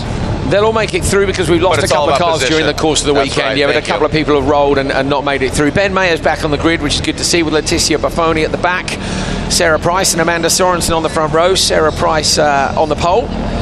They've both been quick this weekend. Both competed in off-road motorsport for a number of years. Although actually Amanda was telling me yesterday that she's just basically back into it with Extreme E. They've both driven recently for Chip Ganassi Racing. So Sarah Price versus Sorensen on the front row. Who's going to get the whole shot? Look at those things rise up. You can see the suspension travel right out of the gate. Sarah Price, Amanda Sorensen there sitting in second with that Dixon flannel vehicle. Look at Sarah and Amanda getting after it. Sorensen's coming in hot. So we saw Larson and Travis get into it. Keep in mind, their wheels and tires are protected. The Yokohama tires are exposed. You go tread on tread, it could be not the prettiest, as they say. Oh, but funny, that was great tactics from Leticia there. She was going to go into the Joker lap, but she just lost out to Sarah Price. If Price hadn't gone in there, that was a great decision, whether it was hers or her spotters. They were coming in really hot, and then she had to back out of it, unfortunately, because Price went in and she was right out by the K-rail. And Leticia, very talented on the four wheels, talking about the skateboard. Monarch Skateboards, that's her brand, and she's sponsored by Nike and Red Bull, and she travels the world, a lot of philanthropy. Most recently, she's just in South Africa. So Leticia Buffoni wants to come over to the pneumatic tires, talking about the Yokohama tires, so that's why she's out here. She needs more seat time. She's admitted it. She says, I need to do more. So, talking about Amanda and Ben and Sarah, they are motorsports, pedigree. They know the racecraft. Now it's just the execution in different vehicles. I think the other thing is, this is quite a stage to learn on, Jared. You're doing Nitro Rallycross, Leticia is, and obviously people will be looking at it, and she just wants some more seat time. She can do some more testing, maybe enter some other series, and I'd love to see her come back. So good to see us with a smile on her face in the paddock on Thursday and Friday, just chilling before they went racing. Absolutely. Amanda Sorensen out front there. You can see her. Ooh, see that bite? Brave. Did you see that bite? Oh, she's lost the rear right that off. Yokohama, that back right tire. That's to her point. The track can bite back. A little bit of moisture, it's going to get stickier, and that's exactly what happened. Again, the rain, hardly rain. It's kind of like when somebody's aggressively talking to you, a little bit of spit in your face. That's what's going down. But it accumulates and it hits the dirt. Maya's gone through because Sorensen with that puncture is struggling. She's got to watch out that the rim doesn't dig in, Jared. Once the tire's gone, if the rim digs in, you can pitch the car over. But Maya's going to have to go Joker here because Price and Buffoni have already been in, but the gaps back to them aren't that far, so I reckon they might get the positions back. Leticia Buffoni might grab P2 here. She's on the same pace as Sarah Price, who's got a lot more experience than her. Bit of understeer from Maya. There goes Price. Buffoni coming through as well and gets in the position. Great drive. Yeah, well done there by Price. You can see Leticia Buffoni and Ben Mayer, the gel blaster, so well done, Sarah Price. Buffoni's got the fastest lap as well, Jared. Let's go. Announcers reverse curse. There we go. The racecraft is going on. Boom, stopwatch right next to her name. She's all over the back of Sarah Price. Leticia Buffoni, don't do a kickflip. Let's go. Going to come up to the line behind her. So 3 cars within about a second up and over. Sarah Price going to take this one. Leticia Buffoni with a brilliant drive. And P3 Ben Mayer. Sorensen with that puncture going to be a long way back. So Sarah Price gets the win. Leticia Buffoni, Ben Mayer, that Gel Blasters vehicle. Amanda Sorensen, unfortunately, she got a little too aggressive, and the equipment said, nope, here you go, hold my Yokohama. So congratulations to Sarah Price. She gets the win. And again, kudos to Leticia Buffoni. She got that stopwatch right next to her name. That's the fastest lap.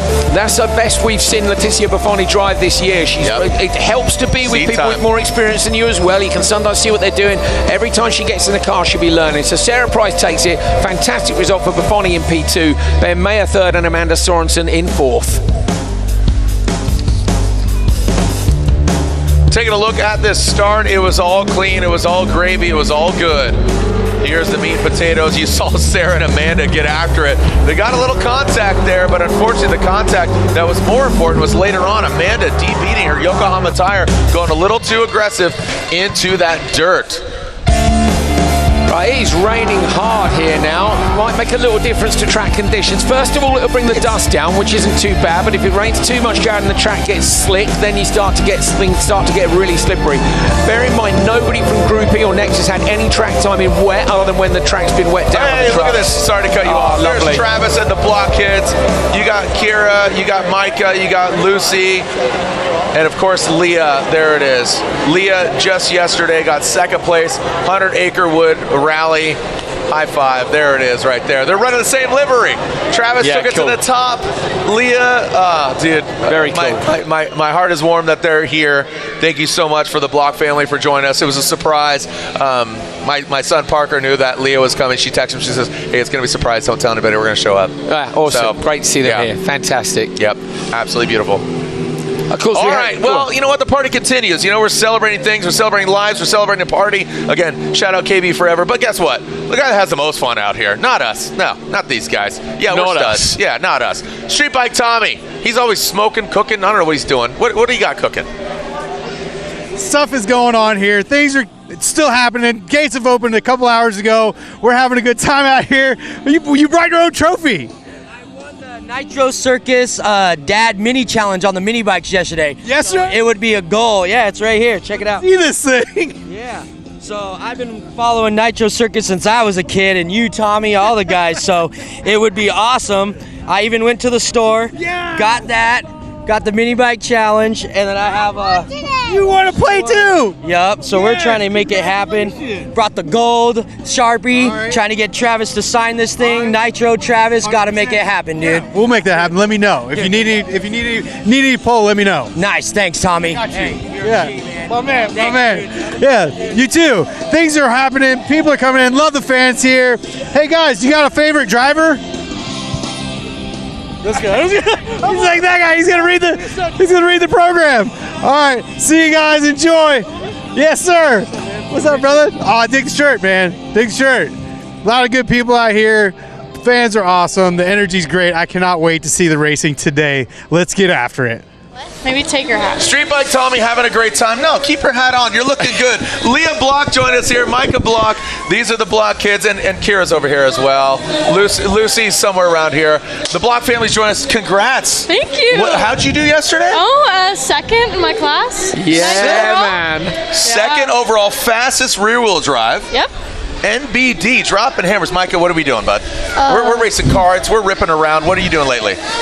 Nothing. No, you are, dude. Come on. Did you go to the rally? Oh, yeah. Were you changing wheels, like gearboxes? Were you doing technician stuff? That's what I thought. Yeah, let me see those hands. Team manager. They're pretty soft. Yeah. Anyways, Leah, you and the family are joining us here. It was a surprise. Parker, you and my son know each other, and you said, hey, I'm going to come out here.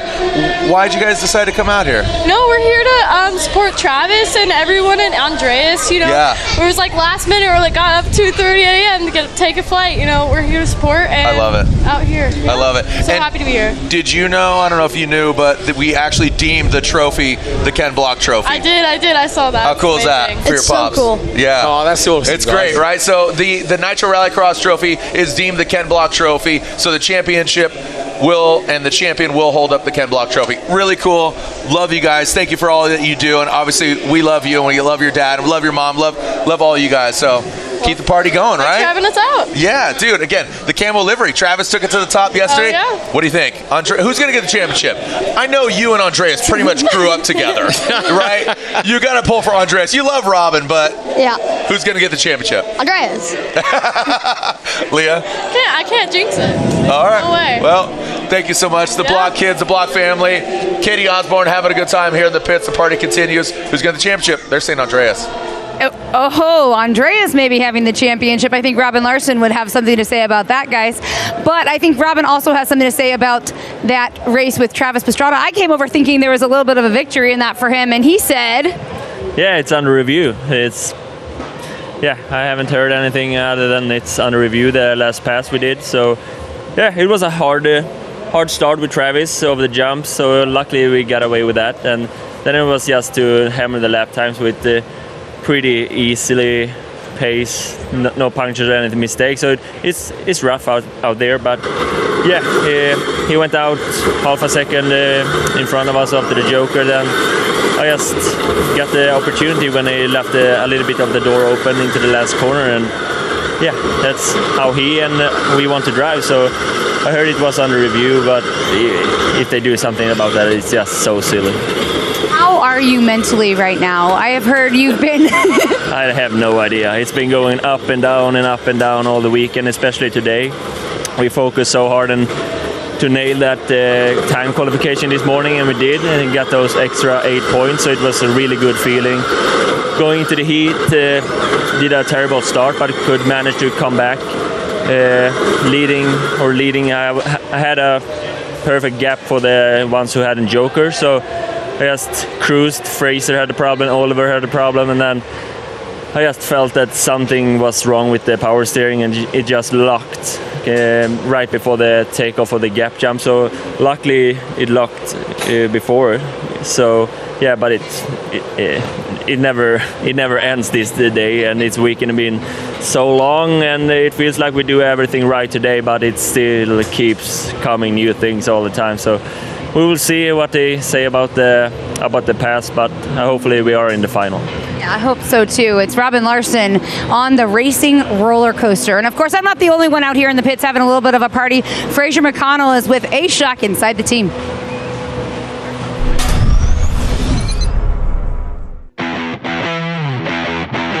What's up, everybody? This is episode 9 of Inside the Team. Check it out, last episode of the season. Hope you enjoy. There's pressure at every race.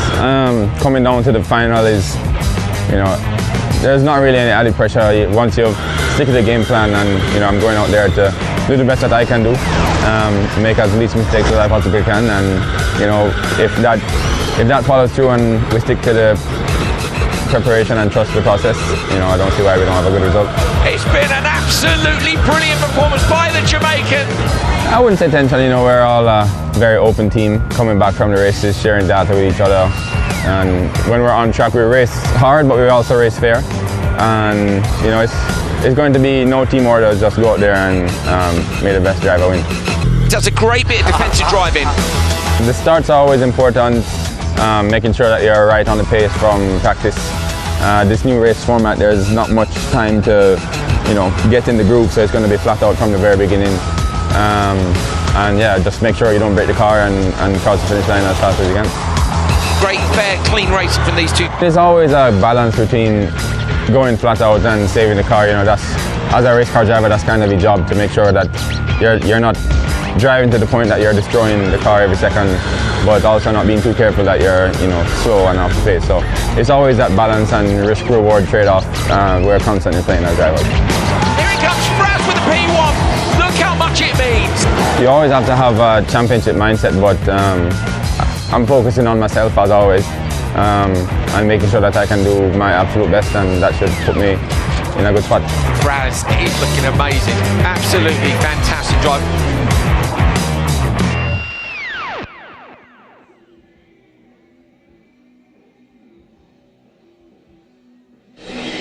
You can see the beautiful skies, Glen Helen. This is the landscape, this is the track, this is the iconic area. So Glen Helen, man, that Talladega turn, all that was yesterday. It was blue skies. That was, I think, yesterday. Blue skies, looking good. This flag waving. Right now, a little bit spitty rain, man. Changing things up.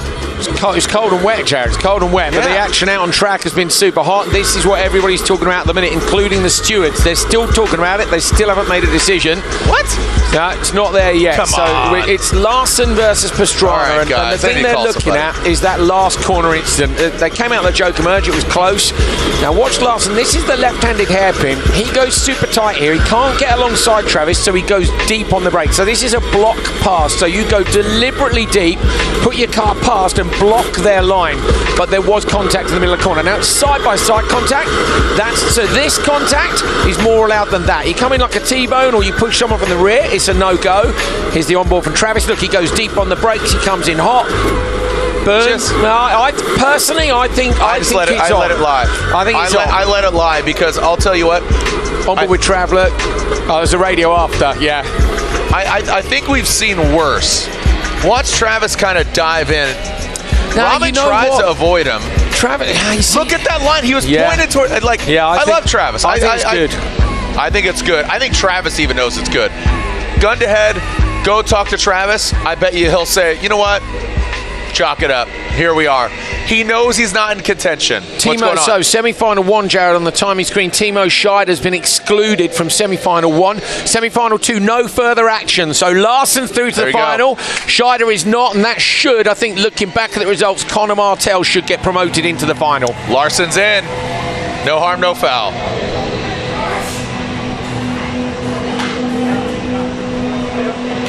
So if you missed the news, Robin Larson is into the final because that no further action for that pass on the 199 on Travis Pastrana, but Timo Scheid. It wasn't a pass. It was a violent pass. It was good, dude. It was the a shoulder was check. Good. It was, you know, it was hockey. That was a pass. It was hockey. I liked it. We were shoulder to shoulder. Now, if you're coming at this angle, Jared, that's not cool. You know, this is not, it's about but this angle, the angles. You're good. Okay, got it. Yeah. Well, guess what? You know what? I mean, we're two jokers up here talking. We're rapping out. We're having a good time. We're trying to break down and educate y'all. It's edutainment. Let's call it what it is. The Yokohama Tire Joker Lap. If you don't know what it is, here it is. The Yokohama Tire Joker Lap. For the Joker Lap, can Travis Pastrana advance on to the final? We'll find out. Here comes Kevin Erickson. The Yokohama Joker Lap is a different distance than your standard Nitro Rallycross track length. This allows strategy to come in. Whether the Joker's faster or slower, you can play it to your advantages. You can use it as offense, you can use it as defense, and you can use it to get some free track if you want to go fast. On the inside line. New to the broadcast this year is the Yokohama Joker Predictor Graphic. This is going to give you a little more insight on who's going to come out of the Joker ahead. The Joker Lap is always a little bit longer than the standard Nitro Rallycross track, and the rule is you have to take it once in every race. Now, if you have two drivers battling for the lead, a lot of times the driver in front can block. When he takes the Yokohama Joker Lap, it frees up the course for both drivers to drive absolutely flat out, trying to make that couple tenths it's going to take to get in front, potentially win the race. Oh, spin! Hold on to it, Fraz! Light it up!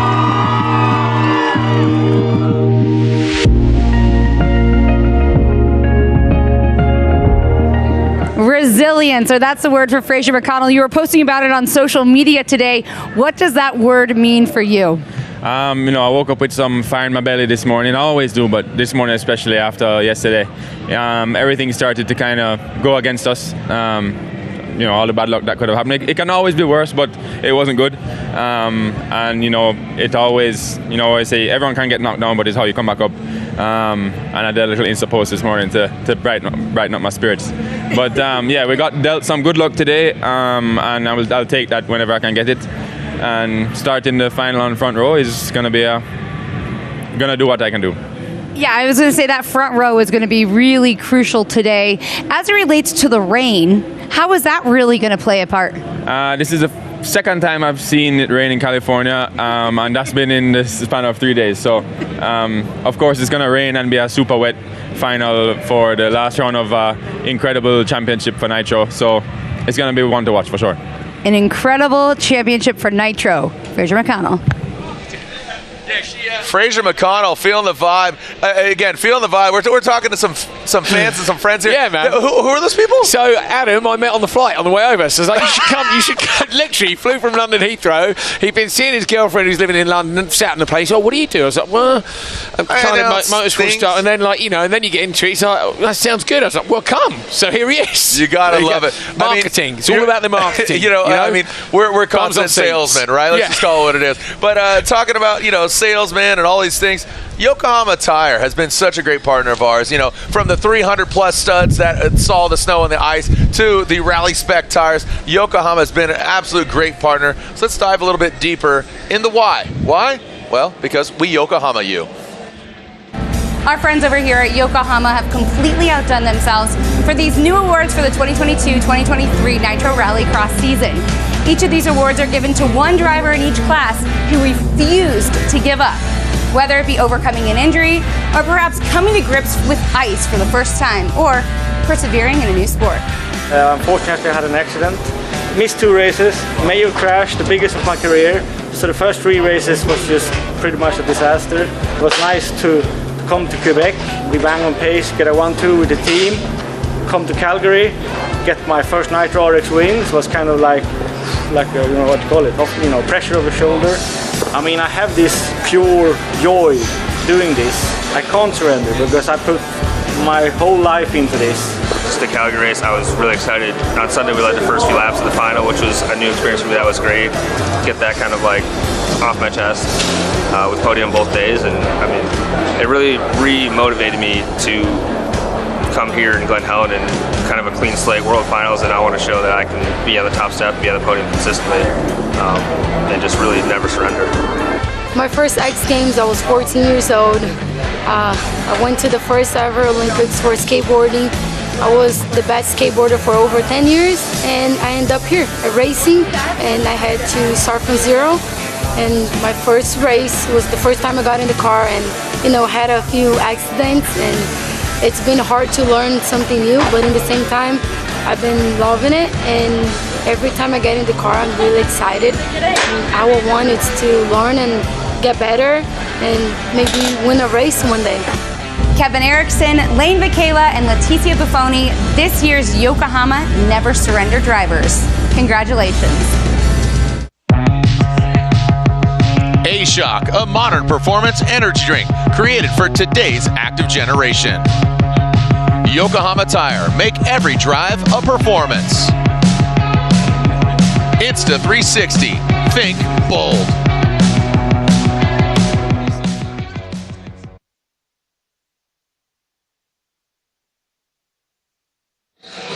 Oh man, you know what? Glen Helen, it looked sunny earlier, but look at this. We got Sammy Houvenet. Look at this guy. Formula Drift champion in the building, drift related, his family here. So beautiful. I love kind of being amongst the people because like we have again, Sam and Stina, I love them. I've known them since 2004, 20 years of Formula Drift. I announced the series. I mean, you know how it goes. It's extended family. We were talking to Doe from Black Rifle, who used to work at Nitro Circuit, Nitro Rallycross. So all these things considered, it's absolutely a party here, and the party does continue. We're raising roofs. I don't know how old that person is, but you know, when you raise a roof, like how old are you? At least we've got a roof. Let's take a look at some of the best jumps. Again, the debut of the first ever gap jump in Scando, right? Like at String this. But, you know, we saw some amazing jumps. Here at Glen Helen, I know you love Phoenix. I know you love Phoenix. Yeah, I do. I love all our tracks. We've gone three-dimensional. That's the thing. So, you know, things like the A-Shock Energy gap jump that we've had, that is a big old gap jump. That's Glen Helen. The Joker was different underneath it that time around. That was last time. Of course, Fraz actually just made a pass on Kevin after that shot, you know, going into full geek mode. There's the A-Shock Energy gap jump at Phoenix.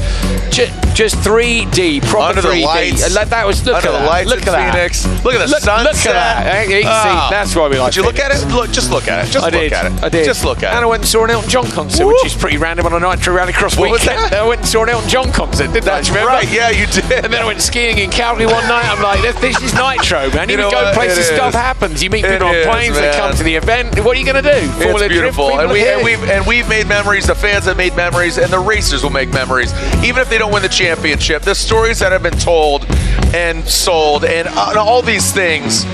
It's been absolutely an amazing season. So I'm excited for Nitro Rallycross in our next season. But guess what? We'll find out who's champion here tonight.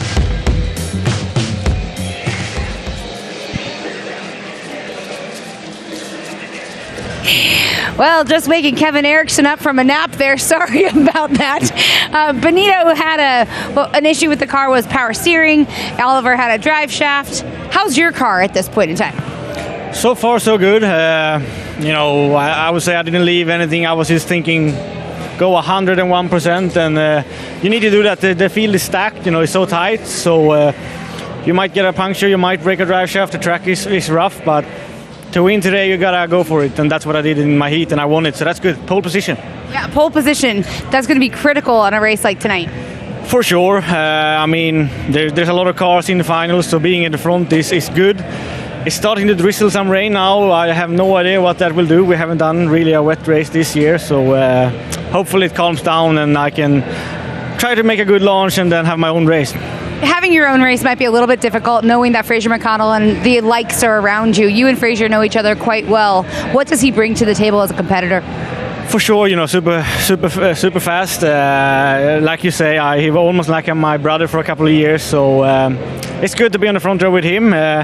I know he won't do anything stupid, and he knows that I won't do anything, back to him. So should be a nice and fair fight. Nice, fair, gentleman racing. Thank you, Kevin, for your time. Thank you. Look at those fans having a good time. It is Look raining. at Shreddy Yes, that's an Yo, Jamaican flags flowing out the back with the heat waves on. Electric. Yeah, there's Electric the bands. Ash. Yeah, they were warming up this morning just before we did some filming up on the stage. Jared was had a go on the drums, and the drummer was like, "Dude, what? Hold on, don't touch the drum. Don't touch my drum kit." Oh yeah, no, dude. I want to say what I'm going to do with a 360. It's a cowbell. You missed my stepbrother's quote. I'm so disappointed. Don't touch my drum kit. Yeah, I know. You know why? You know why I know you lied? Because Cops isn't on until later. It's exactly why. It's the beat. It's the beat fact. It's the beat laboratory. But we got a lot of room for activities up here at Glen Helen. Yeah. We got a lot of activities going on this weekend. Sorry about that. I hope you're a fan of Step Brothers. It is genuinely though. It's properly raining. The wind's blowing. The stars and stripes are cracking up in the background. Can you see the stars and stripes? They're just about out of shot. But they look cool anyway. No, there it is. Little windy. Just above Jared's head. Jared, just go a little. Do you see there's stand up? It's just above Jared's head to the right a little bit. There's the stars and stripes. There it is. There it is. Right see? there. America. Little halo. Yeah. America. See? America. So a little windy here. Wind could play a factor here. Not so much for us, but also Nitro Circus, the freestyle demo. Bilko was talking about that earlier. Let's take a look at the event ladder. This is what's going on here. The Smirnoff Ice Smash Nitro Rallycross road to the finish line. On that pole position, Kevin Erickson, who had that Never Surrender Yokohama Tire Award. Congratulations to him. Fraser McConnell on that front row. Andreas Backwood, Robin Larson, Connor Martell, and Travis Pastrana. No, So that Larson's on the inside, Jared. He was top qualifiers. He's on the right-hand side of his row. He's inside Backwood, who he's in that title fight with. We're getting to the maths a little bit closer to the final, but really, just so you're aware, Backwood has got to have an absolute banger, and Larson's got to have an absolute shocker for the title to go Backwood's way. And that's all because of Larson's efforts as top qualifier this morning. So that one fast lap, Jared, was crucial for his title hopes, and just to give him a bit of breathing space today. 2 more places up for grabs in the LCQ. 4 cars going into that. Quickly, the weather has changed here at Glen Helen. Umbrellas are out, the wind is whipping, a little bit of cold, but guess what? It's about to heat up. So don't worry, don't go anywhere. Glen Helen, the fans are ready to send it.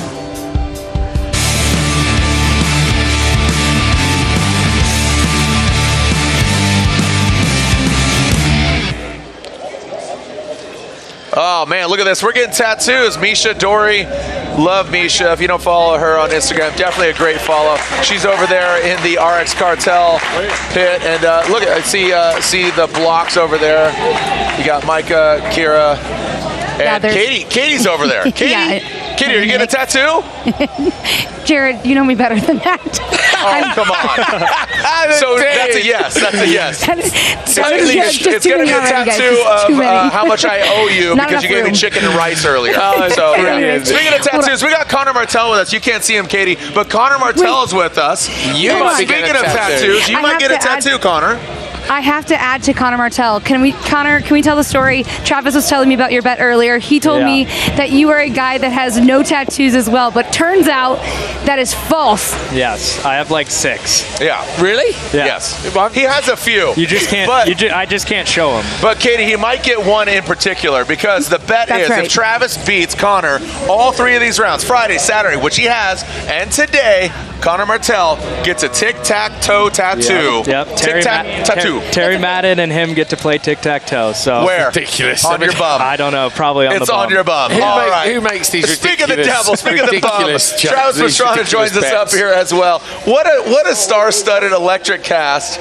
Don't go anywhere. Look at these. Oh my gosh, the chaos ensues. The chaos ensues, and we are getting ready for our is it LCQ right now? It's LCQ. Take a breath. Take a breath. Hold on.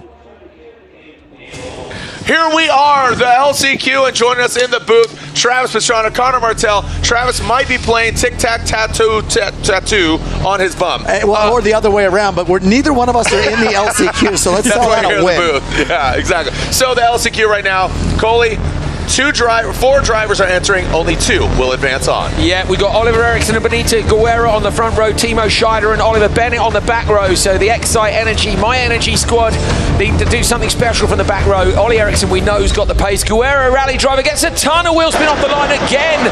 So Ollie Eriksson gets the whole shot. Guerra drops in immediately behind.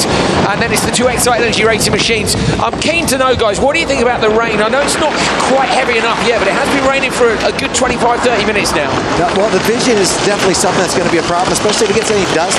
All that stuff is going to just stick to the windshield. So you see right there, we got Bennett going to the Joker. Bennett has been really, really fast. Ended up winning the LCQ yesterday over the fastest qualifier, fastest in practice, which was Fraz. Fraz didn't even make it. So this time we got Oliver Eriksson 0.06 off a pole, and in the final, I mean, he's in the LCQ. This is how stacked this field is. Connor, your thoughts? Yeah, it's. I think if it keeps raining, it's going to be pretty slippery. But right now, I think it's dry underneath, like deep down when we're digging. So it shouldn't be too much of an issue right now. But I think the final could be interesting. You can definitely see the windshield wipers already on there with Timo. I mean, Timo's used to all kinds of different. Oh, that was a big jump. If that tire stays on, that's amazing. Coley, I'm just gonna go grab a yeah, just go, dude. We might as well. Got this, right? They're very good, aren't they? They're alarmingly good. There we go. Timo going into the Joker right now. He's got to have a perfect Joker. There is 3 people all fighting for that second spot right now. I think Oliver Eriksson should have this fairly well wrapped up, but these cars have been taking a huge beating over the last couple days. 3 days in a row, triple header. A lot of stuff starting to kind of fail just because normally they do a reprep after every single race.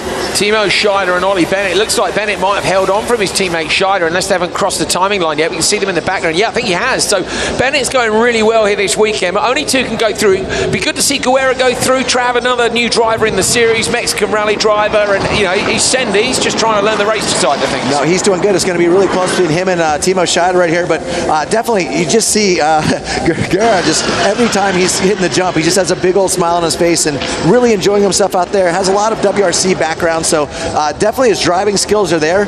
Maybe a little bit of the racing craft, but everyone is so close out there. Yeah, the wheel to wheel he doesn't have. Here it comes the zipper, as we like to call it. He's in there. He's in there. Benito in the mix. That's right. So we're taking the top 2. This is the LCQ. Yeah. Last chance qualifier to get your stamp into the finals. Connor, what are your expectations for this track? Taking a look at what's transforming, what's going on, your expectations. I think visibility is going to be pretty difficult out there if you're starting anywhere off the front row. So it's going to be key to get a good start. Oliver Eriksson and Benito Guerra coming down the front straight, get those last 2 spots on the back row of the final. Guerra makes it on his second event. Wow. Great job by him. Done. Timo Scheider getting from 3rd in his first ever race and not qualifying this one just shows you the level of competition. Disappointing for him and that whole team, but I tell you what, it's really good to see new faces up there in the mix. Yeah, so Benito Guerra, you can see Ollie barely getting in. Again, his brother's so dominant earlier. Again, the Eriksson brothers, always a threat. That, again, we talk about the weather. We've seen all 4 seasons here this weekend, from Friday, Saturday, Sunday, even previous this week. We saw snow a week ago. Literally, I live down the freeway, so I saw snow, ice, sleet, all that. So I've seen it all. Ollie Eriksson gets the win. Benito Guerra, guess what? The LCQ, they got it done. Unfortunately, Ollie Bennett, Timo Scheider. Congratulations, Timo, on your 3rd place finish on Friday night, but that's a wrap for the weekend, as well as Ollie Bennett. Ollie, Benito, we'll see you in the finals next to these 2 cats. Travis, Connor, anything you want to add, man? Just electricity. Last night, it was awesome. It was so good. Congratulations. You said you wanted to put that snow cam on top of the box. You got it done, Travis. Awesome to get the Ken Block livery up top. Vermont Sports Car. You know, good to both of us be in the final. Yep. It is kind of a crapshoot right now on getting pole in the final or not making the final. So, you know, this weather coming in, it's going to be one heck of a main event.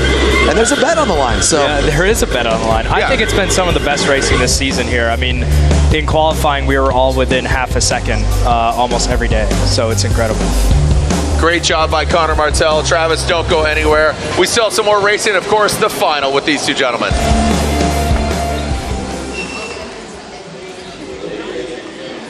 Okay, jumping in now.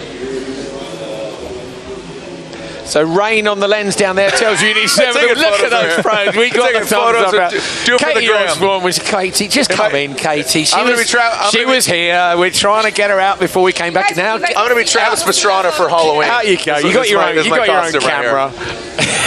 Hey, this is Travis and Robin earlier. All right, Travis, I got to ask you, was it clean? Well, I mean, he owed me one for. To be fair, That's what I said. Hey, look, I shouldn't have been standing there, right? I mean, yeah, sometimes the golf ball hits you hit the forehead. But no, at the end of the day, he's going for the championship. I knew he was going to be doing it. So right here, I thought I was blocking enough. I'm like, I've got a car length.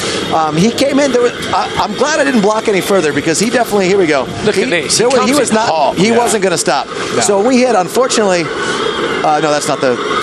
No, that's the next one. Unfortunately, I did break the car, but the guy's got it fixed. I was still able to move on. No harm, no foul. He's going for the championship. He owed me one from earlier. This is what Nitro Rallycross is all about. I was going to say the two things that I said to Jared straight away. I said Travis would have done that. I'm like, that's the question I always ask: is would the other guy do it if he would the moves on? All right, Travis. Was it clean, Connor? Was it clean? What are your thoughts? Yeah, I think he came in hot, but that's like what we're here to do is to put on a show. Yeah, and it was a great finish. So well done. And Travis was so positive after. I know. I was up in there and I'm like, oh, please just qualify. I do not want to be in the LCQ right now. Yeah, we were in car with you, and you're like, all right, sorry guys, we heard you. You're like, sorry guys, I knew he was up me, but I didn't know that deep. No, my favorite bit was when he was like he was way far back. I didn't think he'd come from all the way back there. Like, well to done. be fair, he's going for the championship. That's what it's all about. And hey, Nitro Rallycross, cars that fly, tracks to thrill. Let's have some fun. And hey, I'll be behind him in the main, so there's that. It's okay, Travis. Let it go. Let it go.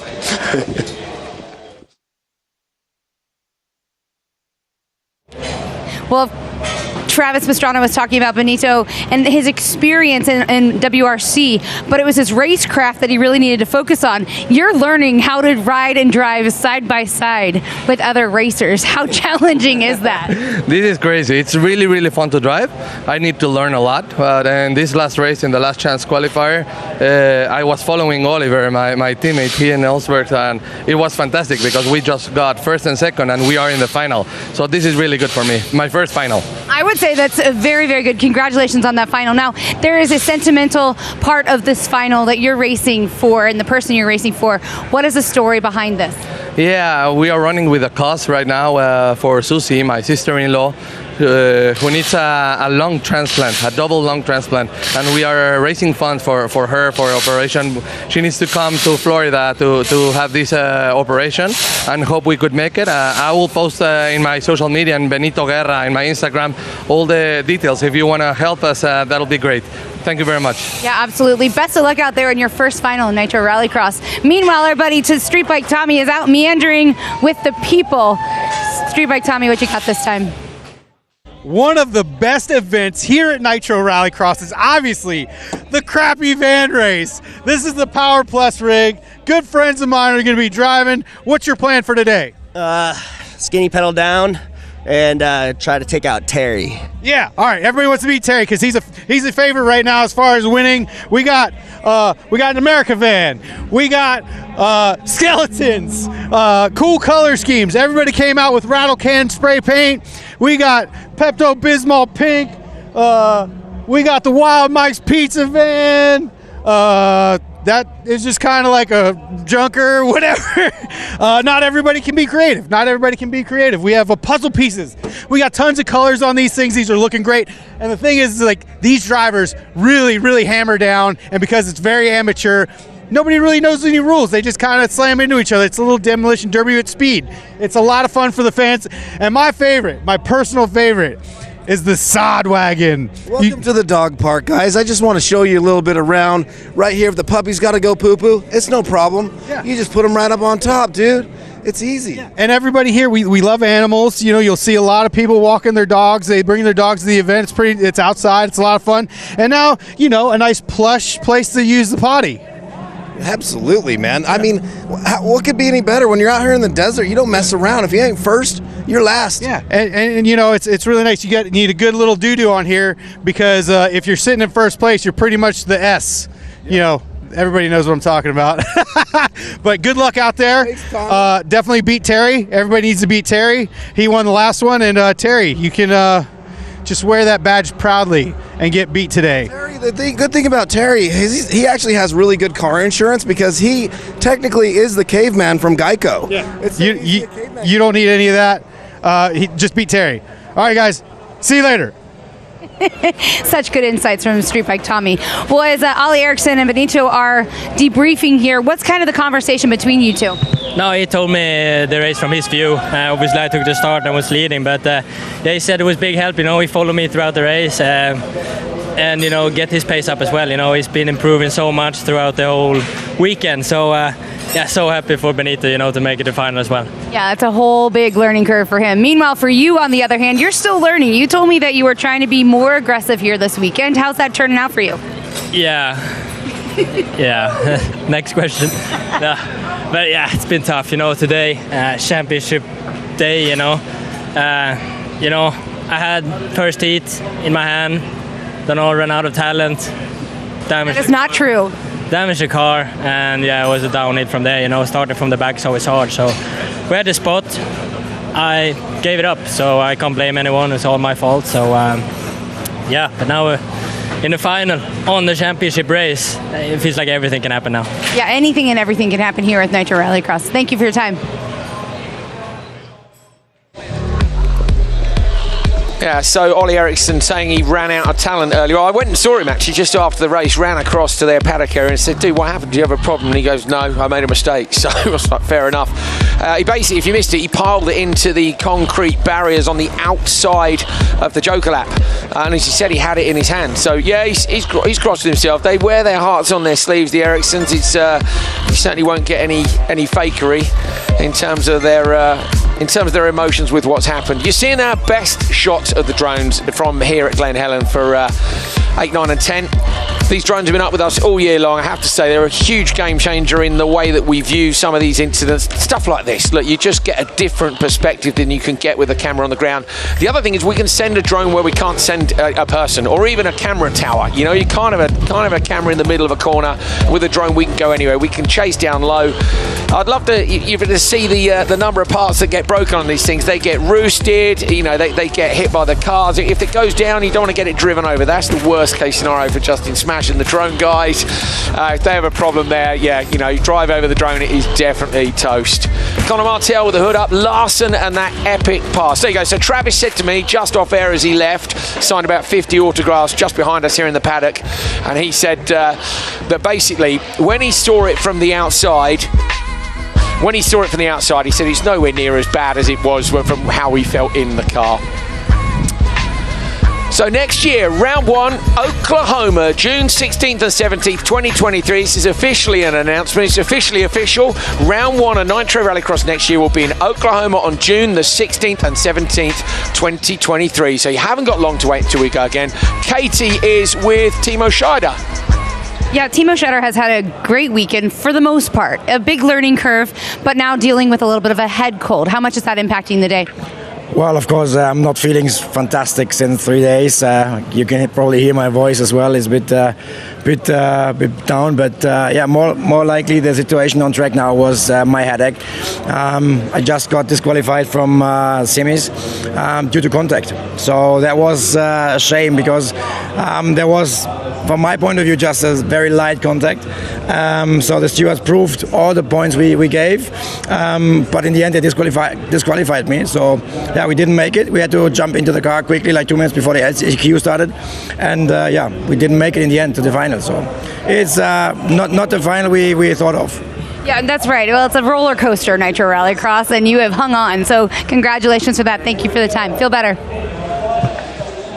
Oh, there we go. So Timo Scheider not feeling too well, bit under the weather after 3 days of racing. He did that podium on his debut. I've known Timo quite a long time through Rallycross, and he's a lovely bloke. He gave the best ever quote in a press conference, which unfortunately I can't say on the telly. You can't do it again. It was so good. His lady told him to shut up because he kept talking about it. Exactly. Yeah, it was hilarious. It was in Barcelona, and he was just so funny. So one day, if Timo writes a book, we'll get him to put it in there. But he's a great guy. P3 Jared, what a mega debut. I like the fact he came in, he'd never driven the car before. That just tells us that other drivers can come into this series and immediately be competitive. But exactly what Travis said earlier, it is so close that you can go from P1 to P10 because everybody is super quick, and that's what makes it a little bit scary for the likes of Larson when you're on a championship weekend.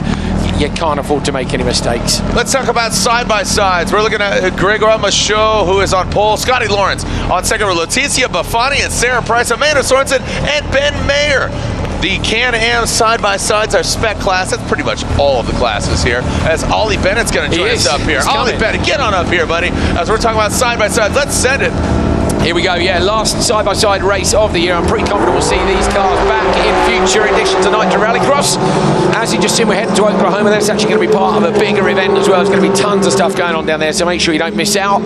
Greg Wilmer showed into the lead, Scotty Lawrence P2. Tickets, I think, will be on sale pretty soon, so keep your eye on the Nitro Rallycross social media channels if you want to get yourself down there for a brand new track, and I'm told it's going to be epic. That's an understatement. I don't know if you saw the PJ, they call it when you fly to PJ. The private jet that Travis Pastrana, Terry Madden, Von Kitten Jr., world champion drifter, they all went out to Oklahoma. They're curating something special. Ollie Bennett joins us here in the booth. 6 laps for our side-by-side racers. Michaud, absolutely dominant side-by-sides. But the variable, the track.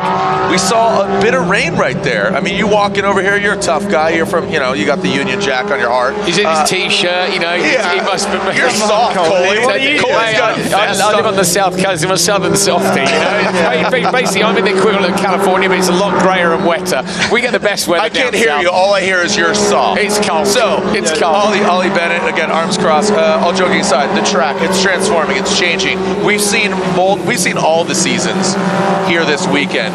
How is it transforming? How are these side-by-sides going to hold up? The track has developed so much. We've had the ruts coming in, we've had the bumps, we've had everything, and now we've got some dampness. It's actually really changing the lines of the track. I struggled, I went deep into the Joker, it cost me a second or two, which could have cost me the LCQ there. So, yeah, the track is going to be changing. People are going to be getting a few things wrong, I think. Timo Scheider, man, congratulations. I don't know if Meek is exactly excited about it. One, he hurt his back. Hopefully, you know, shout out to Chris Meek. Obviously, get better soon. Jensen Button, what are you doing to your teammates, man? I mean, Jensen says, nah, I'm good on the gap. Chris Meek's like, oh, I broke my back. But Timo shows up, gets 3rd place on his maiden voyage at Nitro Rallycross. How cool is that? No, it's been amazing. It's been really enjoyable for me, you know, having different teammates all year. It's taught me a lot about professionalism, how to race, and all sorts. So I've really enjoyed it. The cars enjoyed having lots of driver, and it's just been overall a great experience for me. But Timo came in P3 on his debut. I'm sure Chris was looking at that going, oh no, that's not great news. But you were supposed to play backup, not lead singer. Exactly. And he gets 3rd place. But I mean, absolute legend, 2-time DTM champion, races Extreme E. I mean, a weapon behind the wheel. I mean, kudos to you and the Excite Energy team, what you guys have done. What should we expect from you next year, man? Who knows? It's going to be a big season for us. I think we've learned a lot this year. I've improved a lot, so I think, from the start of the season to the end of the season. So I'll be coming in hungry next year. Yep. I want to bring a teammate with me that can help me on that journey. I'm just saying Chris Meek, dude. He's getting into some more cars. He's basically been interviewing people left, right, and center. He's had an F1 driver, a rally driver. Let's get 4 cars. Bring them all back. That's what we should do. They're all on speed dial now. I think everyone's had an offer from me. They've been texting. I bet they've been like, I don't know if you saw Timo made a mistake in turn 4. Like, you know, Timo loving it too. Yeah, but I mean, but all joking aside, let's talk about the side-by-side. Michaud, again, dominant. Stopwatch right next to his name. Scotty Lawrence, to be expected. But Sarah Price up in the mix. Leticia Buffoni, Amanda Sorensen, and Ben Mayer. So, Travis went to Race of Champions, took an FC1X there. All the variety of drivers that got to experience it. You talk about speed dial, different drivers, the variety of drivers that can drive these things, that are excited about these things. I mean, I'm excited to see what's going to happen in Oklahoma. It's going to be interesting year. We've seen rally drivers, we've seen F1 drivers, we've seen rallycross drivers. Anyone really can race these cars at a high level. All I've noticed is racecraft is coming into it now. There's tenths between everyone. So now it's not really about who's quickest, it's who gets a bit of luck, gets the right lines, and gets off that start.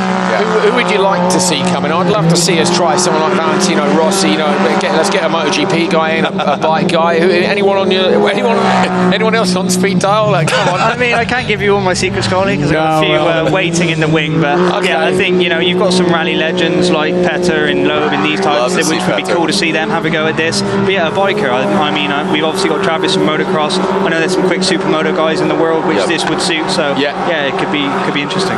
Cool. Well, as Ollie Bennett hanging out here with us, unfortunately not making the finals, but you know, what a great season. Starting off at Linden Hill, the debut of the FC1X, looking at Michaud, the side-by-side, the Class 11s, the Van Prix, all these things considered.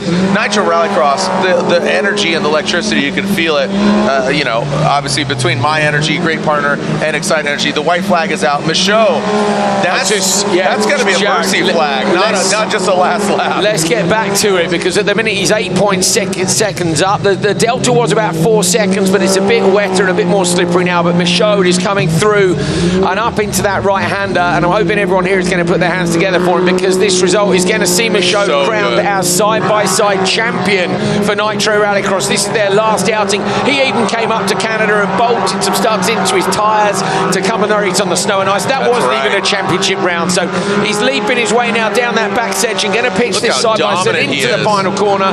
Scotty Lawrence and Sarah Price in P2, but this is all about your side-by-side champion, Gregoire Michaud, coming down for the last checker flag of the year. Tricky conditions, and he's made it look easy. He's your champion.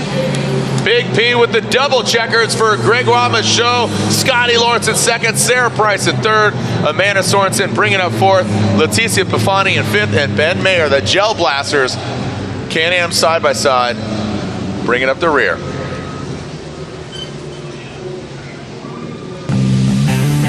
Taking a look at the results, a little wet here, but on the coast, it looks like it's nice and sunny. Gregoire Michaud, the lone Canadian with the maple syrup brand vehicle, gets the win and is our side-by-side champion. Scotty Lawrence in second, Sarah Price in third, and rounding them out, Amanda Sorensen, Leticia Bafani, and Ben Mayer.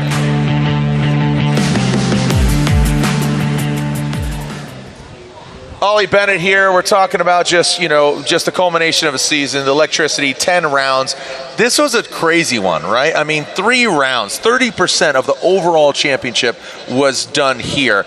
But look back at Linden Hill, man. I mean, you run, again, the Union Jack on your door. How cool is that to bring the future today? Linden Hill, FC1X at that iconic track. How cool is that? It's been an amazing series, I think, for everyone involved. To think where we were at the start of this season, collecting the cars, doing some testing. We was here in some buggies, getting ready for the season, and to be on our home event in the UK with a legend like Chris Meek on our team, a British team, British cars. It was a special feeling, and every event this year I think we've enjoyed. We've moved on bends and bends. The team are working amazing, and it's just been a great season, I think, for every team here.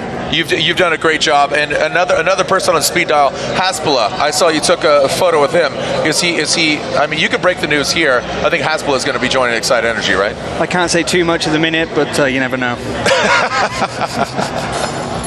All right, well, we'll find out if Haspala is going to be joining us here, if he's going to be riding hard. Taking a look at the pits as the cars get prepped for the finals.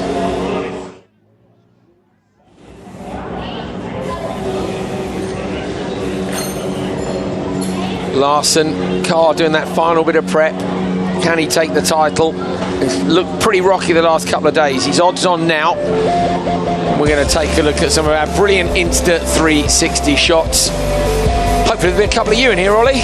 You never know. We've been given these cameras by Insta 360. They've done amazing jobs fitting these to our car. I don't know how they start really with these sucking bats, but yeah, you get a 360 view of the car. You can see all around the track. It reminds me of GTA, which is pretty cool. So yeah, I've enjoyed using these. Yeah, great stuff, mate. LCQ yesterday in that win. Well done, dude. How did that feel? Yeah, we had a great day. My speed has been good all weekend, really. We've had a bit of luck. Obviously, we're starting in the second grid for the FP1, the time practice, which puts me on the back foot. But yeah, pace has been good. Shame I couldn't get that fourth yesterday. The car just failed on me on the last lap, but yeah, I've enjoyed the weekend. Okay, good stuff. And the guys have been working hard. Obviously, everyone wrenching in the team 3 days in a row is tough, not only on the cars, but on the crew as well. Yeah, it's not easy. They were up late last night. We've had some drive shaft issues, different bits and bobs with the car, as you can imagine, over 3 days on a rough track like this. It's not easy. So yeah, the guys are ready for a break, I think, now. Pack the car up in a few beers. Yeah, I mean, we are in California, a little bit wet, so no reason why not to go to the bar, right? We're going to party tonight, celebrate all things Nitro Rallycross right here on fun track. I mean, do you know how cool Glen Helen is? Do you know the history of Glen Helen and like Day in the Dirt and all these things? Steve McQueen, do you know that history? I've been a fan of Glen Helen. I've raced motocross for 10 years, so my dream was to always ride this track. You got nothing going on. Go grab a bike, dude. I was banned from even looking at it until Monday, so maybe I'll get on there tomorrow. Season's over, bro. No offense, you're not in the finals. Go grab a bike. I got a guy. Bilko, get over here. All he wants to rip around on Talladega Turn, right? Yeah, let's do it. Let's do it. Let's send it. It's the Shot 360. Thank you so much, Instant 360, the X3. Guess what? We got a few more races to go. We got our next, and of course, we got our Group E final.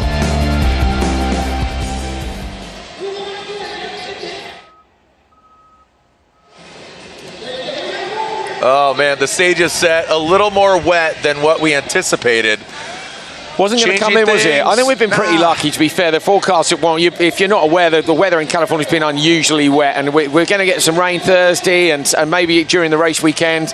Kind of held it off, so we're done all right. We just need another hour. Just give us another hour to get the stuff done, and then we're going to have a bit of rain after that, all right? I feel like it's an aggressive talker. That's just the rain is like an aggressive talker. Like, speaking of aggressive talker, Katie Osborne.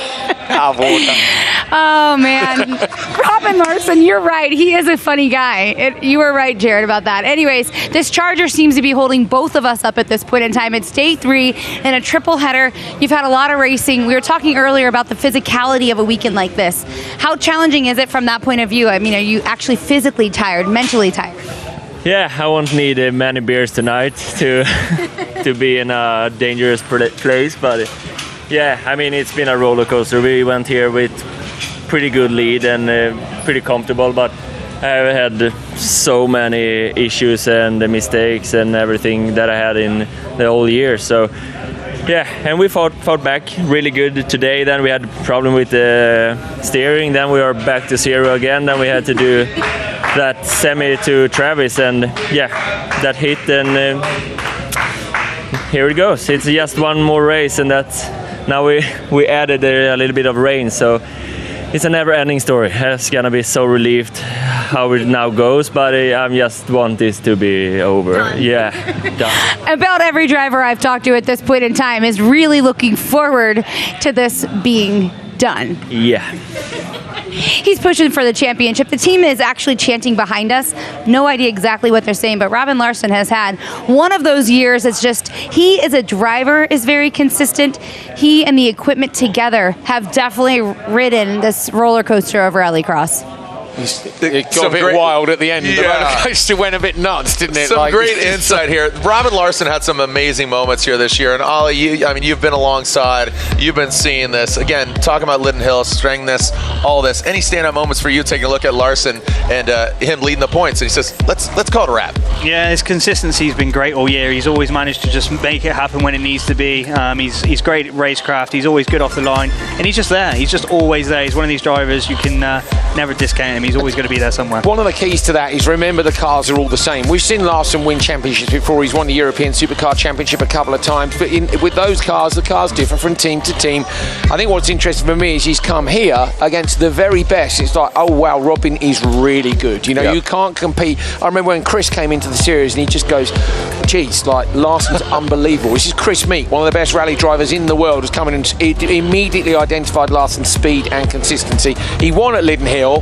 He's led the standings ever since. I totally understand why the dude is like, please just get it over with. Of course he wants to win, but I think it's always like, whatever. His shoulders are hurting. His shoulders are hurting. I want it done, and I understand that and respect it completely. And I think this sort of racing has really suited his driving style. We saw in World Rallycross, he was always the guy that could send it sideways, go in backwards and come out fine. And these cars are like that. So here I think he's enjoying it. Yeah, he's maybe pleased to his strength, doesn't it?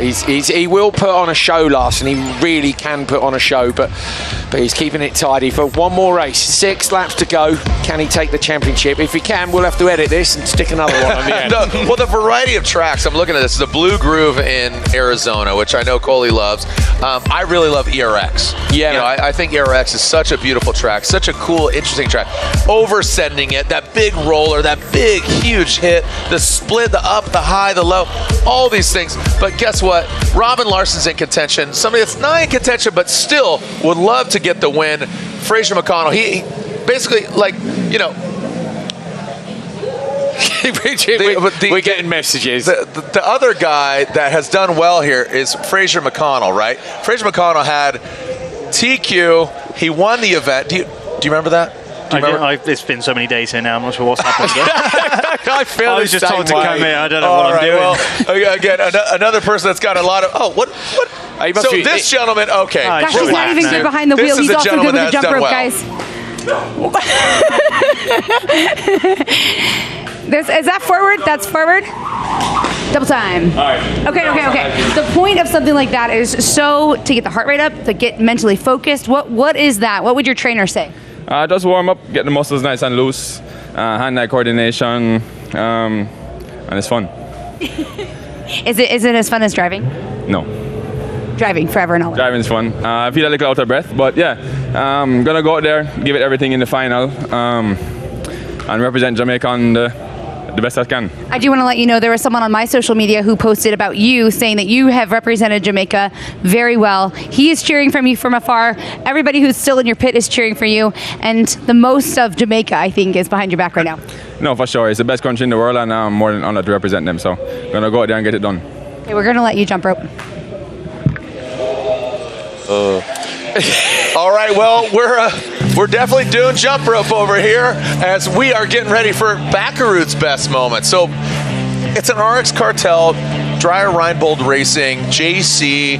It's a pillow fight over there, man. These guys are kind of, where is it at? I don't know if you heard it. I don't know what you and your teammate do, Ollie, but when Andreas finished his race, he says, hey, tell Robin this corner's a little soft, this is that. That's kind of solid. What do you think? We do that, but who knows what Baccaroot's telling us at this point. Oh, you think there's maliciousness there? I mean, someone's got to win, right? Wow. Okay. All right. Well, send him a little booby trap. Exactly. It's a booby trap. He's been very good, hasn't he, to be fair, Andreas? I think the big thing for me, he took a win earlier in the season in Sweden, which is good for the confidence. Unfortunately, when we went to America, he had a massive shunt to ERX. It was huge. And he told me the other day, he said, it's the first time I've been scared in a race car. And that's a really honest thing from a professional driver. He then had another one in Phoenix, and I think his confidence has been at an all-time low. He's come here, done this incredible job to suddenly come back into the title fight, the win on Friday. Yeah, I think that was a bit of a monkey off his back, the emotion of dedicating it to Ken, who is his friend and teammate, and so just, awesome. Yeah, well done. Here we are looking at NRX Next World Final, standings after round one. Tommy Hellman. So the way this works, Jared, in terms of points, I believe where they are at the minute, if it goes the other way, so if now Hellman and Janssen, if Janssen wins this, they'd finish tied on points. But the count back for this is the winner of the latest final.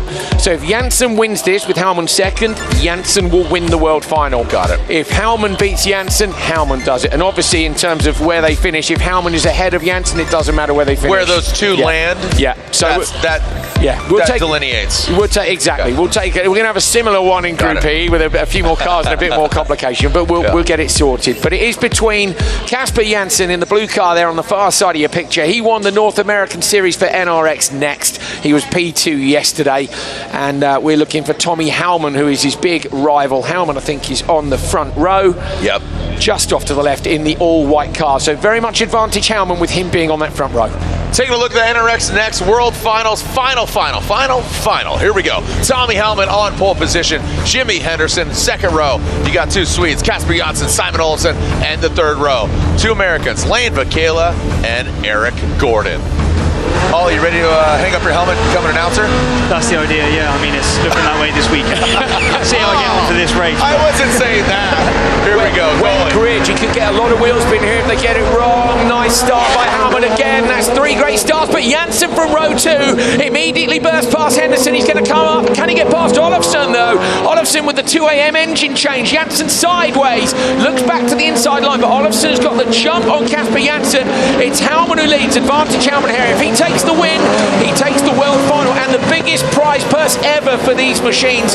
Almost a bit of contact. Olofsson nearly got pushed around by Janssen, and it's Lane Michaela who's gone joker on lap 1. Well done there by Lane Michaela as I catch my breath.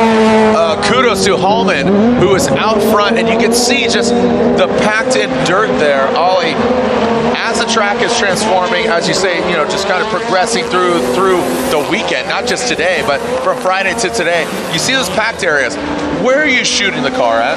Are you going towards the packed areas or kind of the unknown? So when it gets wet like this, the shiny stuff is generally slipper, which is the racing line. So these guys will be looking for some of the deeper stuff now to pick up some grip. I always watch the lights cars because they take the best lines. They haven't got the power we've got. Momentum. So if they don't take a good line, they're struggling. So these are the guys to watch for lines. Lovely bit of insight. Great insight, yeah. Interesting as well, Jared. So Sandra, who's running the team for Simon, got in touch with me this morning. She's like, I can't find the final from yesterday. Where do I find it? She was looking to see the final because she wanted to see the battle between Hellman and Janssen. That's the lengths these teams are going to get into the analysis, because Simon Olofsson missed so much of yesterday. They were like, right, how do we hook this up? How can we get it done?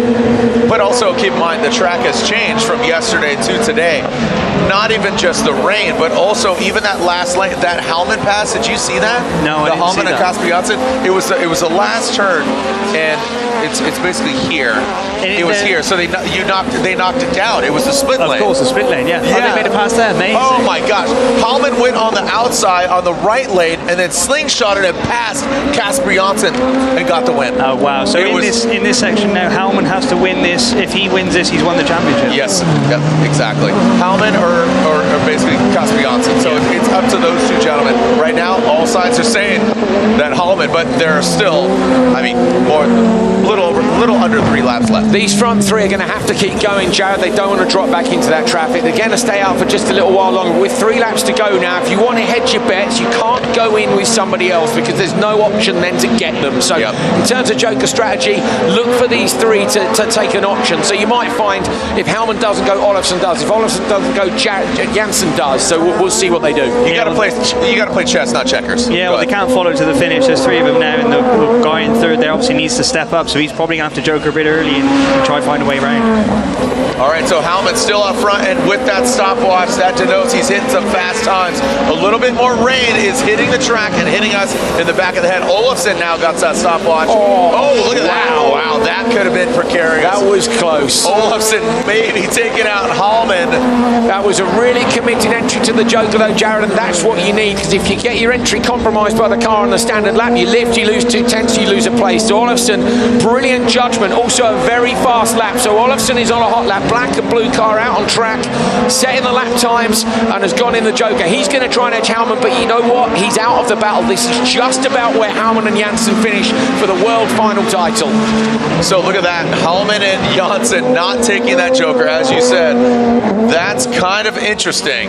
Because, what do you think? What strategy? Here we go, crystal ball Coley. Leaders normally go at the end, but in tricky conditions, sometimes you go a little bit earlier to give yourself a chance for if you've made a mistake or not. Ollie, when would you go? It's really tricky. This track, the joker here is actually really difficult. As it's getting wet now, the braking zone into the joker gets very difficult. I think we're going to see a lot of chaos in that. Janssen, that's a mistake for me. He should have gone. We're on lap 5 out of 6. He's got no option, Jared. So Janssen has to beat Hellman. He should have gone on the previous lap, regardless of where Olofsson is. He stayed out with him. They're getting on lap 6 out of 6. Janssen now has to have a mistake from Hellman. It's going to be Hellman. Want to go anything. Steady with the announcer's curse. Announcer's curse. Here we go. Ollie, do you know that's a thing? Yeah, I don't say anything in Rallycross. no, but we're the announcers. You're a racer. Us as announcers, we have the power. Oh, of course. We're like Thanos. You know, we have all the emeralds. Here we go. Predictor is showing that Hellman will hold on from Olofsson as well, Jared. The gap back to Olofsson. Olofsson's transponder not picking up at the minute, but the minute is showing he's going to hold on by 0.7. So here comes Tommy Hellman now, the Finnish driver. Been great in the junior categories. Desperately looking to step up. Came here on a one-off drive with Team Fire and Eric Farnes. Team, he goes in. Janssen goes in with him. If they finish this way round, Hellman will be the champion. Watch for Olofsson at the merge. If Hellman comes out in front, his job done here. Done. Where's Olofsson? Olofsson? He's not there. He's not there. So he's got half a lap to hang on. That's a wrap. Congratulations to Hellman. A couple more turns, and he's going to wrap up the World Championship. Kasper Janssen, an absolute weapon as well. And this is what we were talking about Reinbold earlier. You know, looking at these talents, looking at them for progression, seeing what they can do. you know, I mean, they're spokespeople. It's great to see. They're brilliant. Hellman coming through that last left-hander, came here, as we said, on a bit of a one-off drive. He won the European Championship for NRX Next earlier this year. He's going to jump up over the finish line. He wins the NRX Next World Final with it, the biggest prize purse ever for these cars. Casper Janssen P2, last year's NRX Next champion, and Simon Ollison takes P3. Yeah, go on, get in, Tommy. Great drive. That's what we're talking about. He's lucky it's wet because you need a bit of slipperiness to get those things into a donut. Great drive. Ollie, your thoughts of NRX Next? Have you ever raced one? I've raced one on ice, but they're really, really tricky cars to drive. These boys that can drive these fast are actually amazing drivers. If they were in a supercar, they'd be dangerous. Ollie's got his phone out. I've just seen him text Tommy Hellman. Well, when you said Rainbow was looking at him, I was like, hang on, I better get in here. Yeah. He's in the DMs. All the teams, yeah, they're like, hold on a minute, who's this young lad? Yeah, nice. Congratulations to all of our racers of NRX Next this entire season. Again, just under 300 horsepower, but guess what? Hellman is the man. Tommy Hellman gets the win and is your NRX Next world champion. Behind him, Casper Janssen on this podium. Simon Olsen, Lane Michaela, Eric Gordon, and Jimmy Henderson wrap it up here at Glen Helen. A little bit of drizzle. Why does Snoop Dogg carry an umbrella? For drizzle. One thing as well is we don't talk about weather in England, but Coley didn't tell you that one because it's raining more now. This is going to be able to twist into the final. Oh, yeah.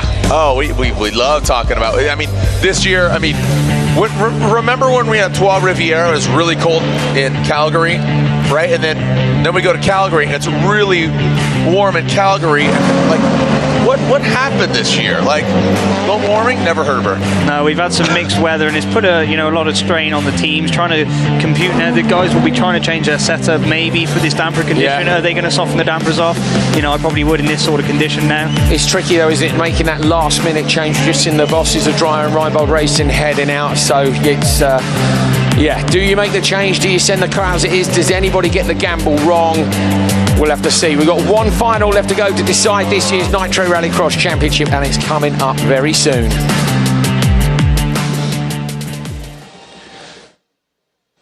Ollie, thanks so much for joining us, mate. Looking forward to seeing you next year. We're kicking off in June, so a bit of downtime for you and the team, and then time to go and get Sandy again. That's the idea, yeah. We've had a great season. Lots has been learned. The team are going great. So, yeah, we're going to pack up, enjoy the final here now, and then into the next event shortly. And you've got My Energy here with you this weekend. Few beers with them tonight? Few beers with them. They've had a great season here with promoting their chargers and things, and the crowd have got great on their little scale electrics. Yeah, man, it's great, isn't it? That, yeah, so, you do. I'll get you. Give me some tips. Yeah, we'll practice when we get back. Yeah. Thank you so much, Ollie. Don't leave me hanging. Thank you. Cheers, guys. See you soon in Oklahoma. Yeah, see you soon. My Energy, Ollie Bennett, Excite Energy. Always a good time. He's got a lot of energy as we are going into the finals. There's only one more stop on this party train. That is Nitro Rallycross Group E.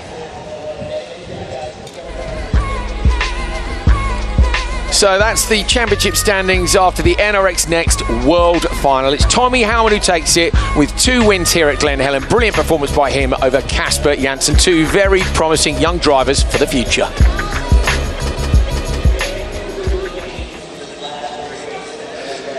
Oh man, umbrellas in California, they're just for golf, aren't they? My man doesn't even care, dude. Look at my man Richie looking good up there.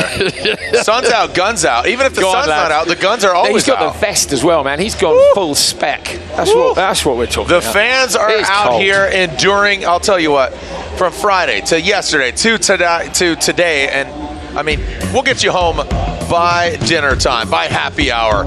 And we are looking at our Smirnoff Ice Smash Nitro Rallycross Road to the Finish Line. Pole, Kevin Erickson. On that front row, Fraser McConnell. Second row, we are looking at Andreas Backerud and Robin Larson. They're on that second row. Third row, Connor Martell and Travis Pastrana. You got the Vermont Sports Car team, right? Can Travis Pastrana do it back to back? He won last night. And then our final row, Benito Guerra and Oliver Erickson. So the Ericksons kind of split up there. I don't know if they're going to have, separation anxiety here as, Ollie's on that front row, Kevin's on the back. Bro, I miss you. Oh. Guess what? I'm going to miss you, man. Oh, but man. You know what? We haven't got long to wait. We'll be right back in Oklahoma, right? We will. I mean June's right around the corner. It is. That's what I mean. When is it? What are we now, March? Yeah, I don't know. March, what day April, is it? Let's go. What day is it? It's raining. We've seen the seasons. Look at that. The paddocks, they're empty because everybody's either watching in the stands or online, man. I'm looking forward to Oklahoma. Just a mental note for Oklahoma, Jared, as well. We started the season in Linden Hill last year. That was my birthday weekend. We're starting again just before my birthday. So we're partying in Oklahoma. Let's go. You know? Let's go. No Let's squeezy. go. Bad baby. This guy, bad baby. I'm not up to speed with it yet. No I haven't squeezy. seen episode 3. No, I haven't. These are Star Wars references. Talk about you don't Mando. know. My man Lean Customs got some pins here. got the Mando ship right there. We digress. We're taking a look. Let's look back. Let's digress. Moments of the day here. Backerud, man. I'll tell you what. He got it done Friday night. He did. Travis got it done last night. Is Larson too calm? No, it was this morning. Larson bought the A game this morning. It was fire to take that top qualifier spot. Just gave him a bit more breathing space, Jared, and I can confirm that not enough, but Backerud has to win. He has to win. That's the only way he can win the title now, is he has to win the final. And where does Robin need to show up? Doesn't matter. Because now... Andreas has to win. He has to win. So Backerud has to win the final. We've just been doing some maths in the background, so I disappeared for a minute. We'll explain it in more detail during the race. Let's get into the race and we'll get it going. Martell, but he has to win. Andreas Backerud going in hard. We saw that. Not as hard as Scheider. Timo Scheider. He's getting hot. Overcooked it. Coming in hot. Everybody got a little loose. Everybody got a little loose today. Again, 3 days, attrition. It's a marathon, not a sprint. 30% of the championship.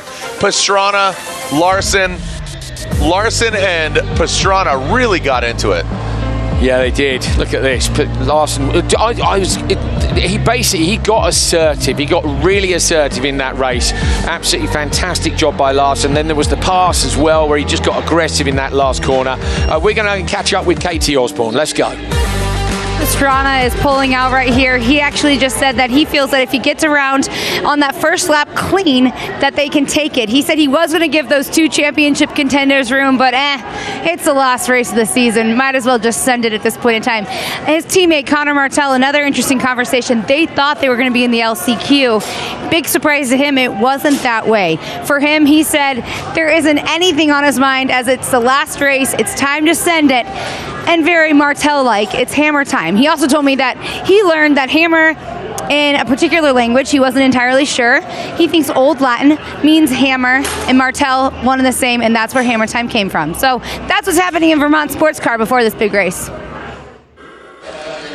Some great insight there as we are inside the cockpit of Travis Pastrana, who got it done last night. The blocks are in the building. Lucy, Ken's widow, and the mom of Leah, Kira, and Micah, they're here. The Ken Block Trophy, the championship trophy, up for grabs still. Travis not in the hunt. The 2 to watch, Robin Larson, Andreas Backerud. Yeah. Katie's with Tommy Howman, who's just won the NRX Next World Final. It's going, mate, this might be someone we'll see next year in Group E. You never know. Oh, there is a conversation going on, Tommy. Will we see you in Group E next year? But let's go ahead and focus on next. First, congratulations. The win today, the win last night, the championship, and yet this is your first time at Glen Helen. How did you know this was going to be the day? The mentality inside that helmet before that race started? Yeah, it was nerve-wracking. When the rain came, you can't describe. It's so stressful because you cannot know the grips. And yeah, just wanted to do my own job, got to start, get to the lead, and then just try to keep the insides that no one can get next to me, and yeah, then just push like mad. Push like mad, and you have your team and your family behind you. It's gotten a little emotional for the Hallman group as well. Why is this so special? Yeah, we have always been running with the low budget. We are working so hard to get into each race. And you know, to get the results, it's a dream come true. I also want to give a shout out to Team Faren for this opportunity to come here. It was looking for a while that we cannot make it, but then we made an agreement and we got the car here and everything was working perfectly from the yesterday's final. So yeah, big thanks to them, all of them. And the celebrations tonight, how big are they going to be? Big. All right, nothing else but that. Just some big celebrations, guys. Big celebrations, and that's family in the background. Yeah, they're proudly waving the finish flag. Like that's just such a great result. They scratched that together, and shout out, as he said, to Eric Farren for running the car at a price they could get here with as well. Mega. No matter what, I always finish. I love Rico Taco. Another guy that always finishes and always has a good time. Street Bike Tommy. What's up, guys? Down here, we're doing fan stuff. We're getting pictures. Yeah, this is for the Instagram. We got to make sure the fans are happy. We're down here. We just did a big crowd giveaway. Lots of product has been going on all day. I'm sure we probably gave around 10,000 shirts out today. It's been insane. The fans have been great. Even though we got a little mist, the weather hasn't been cooperating with us. But I tell you what, everybody here is having a really good time. We got tons of fans. Everybody make some noise for Nitro Circus! Yes, it's about to go down. We got the Group E final coming up. Hopefully Travis does some really great driving today and doesn't get stuffed into the wall. But yeah, let's root for Travis Pastrana, everybody. Nitro Rallycross coming at you. No bias there at all from I can't hear you. From Street Bike Tommy.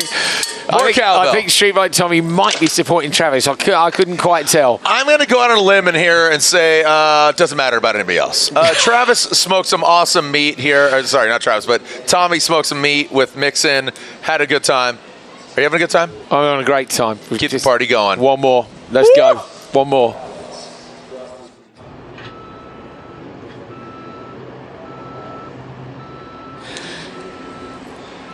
Here we are, Glen Helen Raceway. I'm Jared Deanda, Andrew Coley. I know you've been watching, but guess what?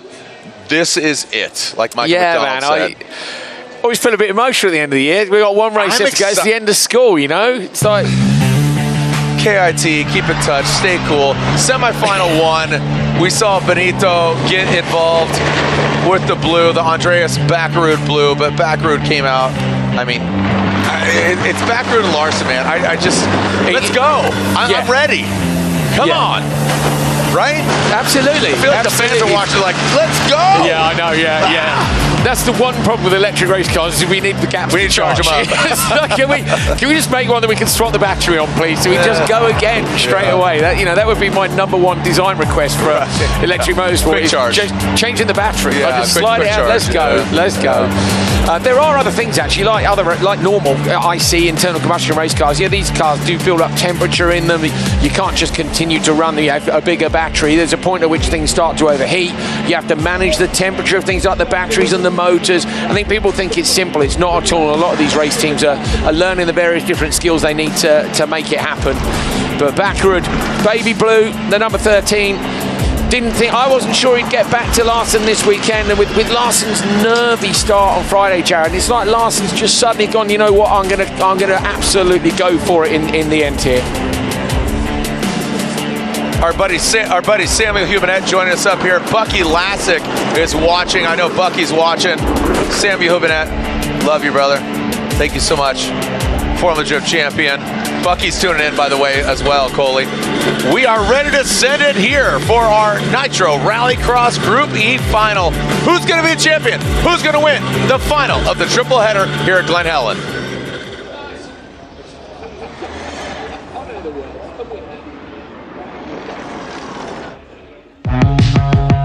A-Shock, a modern performance energy drink created for today's active generation. Yokohama Tire, make every drive a performance.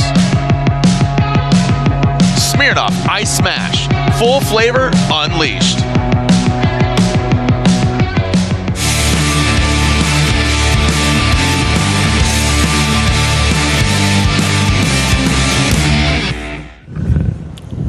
I'm absolutely no weather person out here, but it's definitely windy. It's starting to sprinkle a little bit, but these drivers are ready. Behind me, we have Benito, and I want to remind everyone that he comes from World Rallycross, and up until this weekend, he really hasn't ever raced side by side against anyone. Up in front of him is Ali Eriksson. He told me earlier that he felt like he just ran out of talent. That whole car was broken. Everything really about the power steering, he said. So there's been a whole lot of issues with him. As we talked about with Connor Martell, he's looking quite focused there behind the wheel, mentioning it's hammer time. In front of him is Travis Pastrana. They also found that there was a broken front axle in that heat race. Along with him, Andreas Backerud. One of the comments from his team was that their car was perfection all day long. Andreas Backerud is in a very good position. And of course, Robin Larson knows what the championship is at stake. He knows what it's all about here today. That car was in some bad shape earlier, but right now the team is confirming that the power steering is back in action. That all of the other changes that they made, it's in good condition as well. It's going to be one big battle for the championship and the win today. Katie enduring a bit of rain there as, we're not far from Hollywood, but this, lights, camera, action. That's right. Kevin Erickson on pole, Fraser McConnell on that front row. Second row, let's talk about it. Andreas Backerud, Robin Larson. Look at them. Those guys are the championship contenders. So Backerud must win to win the championship. What you guys also need to know at home is because Guerra is not a championship driver, he will not score championship points. So even if Larson retires from this race, he would be promoted to 7th. Now in 7th, he has enough points to take the title if Backerud finishes anywhere except first. If Backerud wins, must win. With Larson in 7th, they'll be equal on points and Backerud will get it on countback. So it's tight if that happens. Larson's got to stay out of trouble. Jared, it's raining. Conditions are slippery. It's changed. You're just not what he needed. He's already said he wants it to be over. Now it's raining. He's sitting in the car thinking, cheers, just not what I didn't want. Connor Martell, Travis Pastrana, Benito Guerra, and Oliver Erickson round out this Nitro Rallycross road to the finish line. One race, that's all that's left from a brilliant season. Oh boy, look how slick it is. Again, this is the only paved section of this course. Travis does not like pavement. They've done no wet starts, Jared. They've done no wet starts. Nope. How do you dial it in? So they literally lick the stamp and send it, dude. Zero data. Let's go. Yeah, well, yeah. Look at that. There's our championship contenders. One of them will be high five and the other a little lower than the other higher. Look at the fans. They're out here, young, old, of all ages. Robin Larson. I mean, the windshield wipers are on. Larson's is not, which is a weird flex. Backerud. They might be waiting. Ooh, we're in the cockpit of Larson. The focus, the pride, the smile, the things that, I mean, Robin Larson literally almost died earlier this season. After round 1, he cut himself with a circular saw, right? Crazy stuff. Cut his neck, held it, called the ambulance. They came. Unreal. Look at Pastrana. The posture, the composure. The championship is up for grabs. Two gentlemen, Larson and Backerud. What's exciting here for us as well, Jared, is nobody else cares. So, what do you mean? They just want to win. Nobody else has to have any caution. Everybody else can go full send. Yeah, Fraser McConnell messaged me last night when he knew it was over, and he just all it said was full send tomorrow. Yep. No hello, how are you? It just said full send tomorrow. Put it in the truck and in bits. So he's ready to go. So this should be a brilliant race. We'll be crowning a champion, but let's get ready for one last maximum attack, 6th banger for Nitro Rallycross. Let's go. I'm excited. You see the windshield wipers are on. The grid is set. Glen Helen, our final round is here. Let's go and send it. That's right. Who's going to get the championship?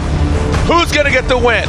We saw Andreas Backerud win Friday night. We saw Pastrana win last night. Who's going to win today? Who's going to win the championship? The Ken Block Trophy up for grabs. Kevin Erickson, Fraser McConnell, Robin Larson, Andreas Backerud, Travis Pastrana, Benito.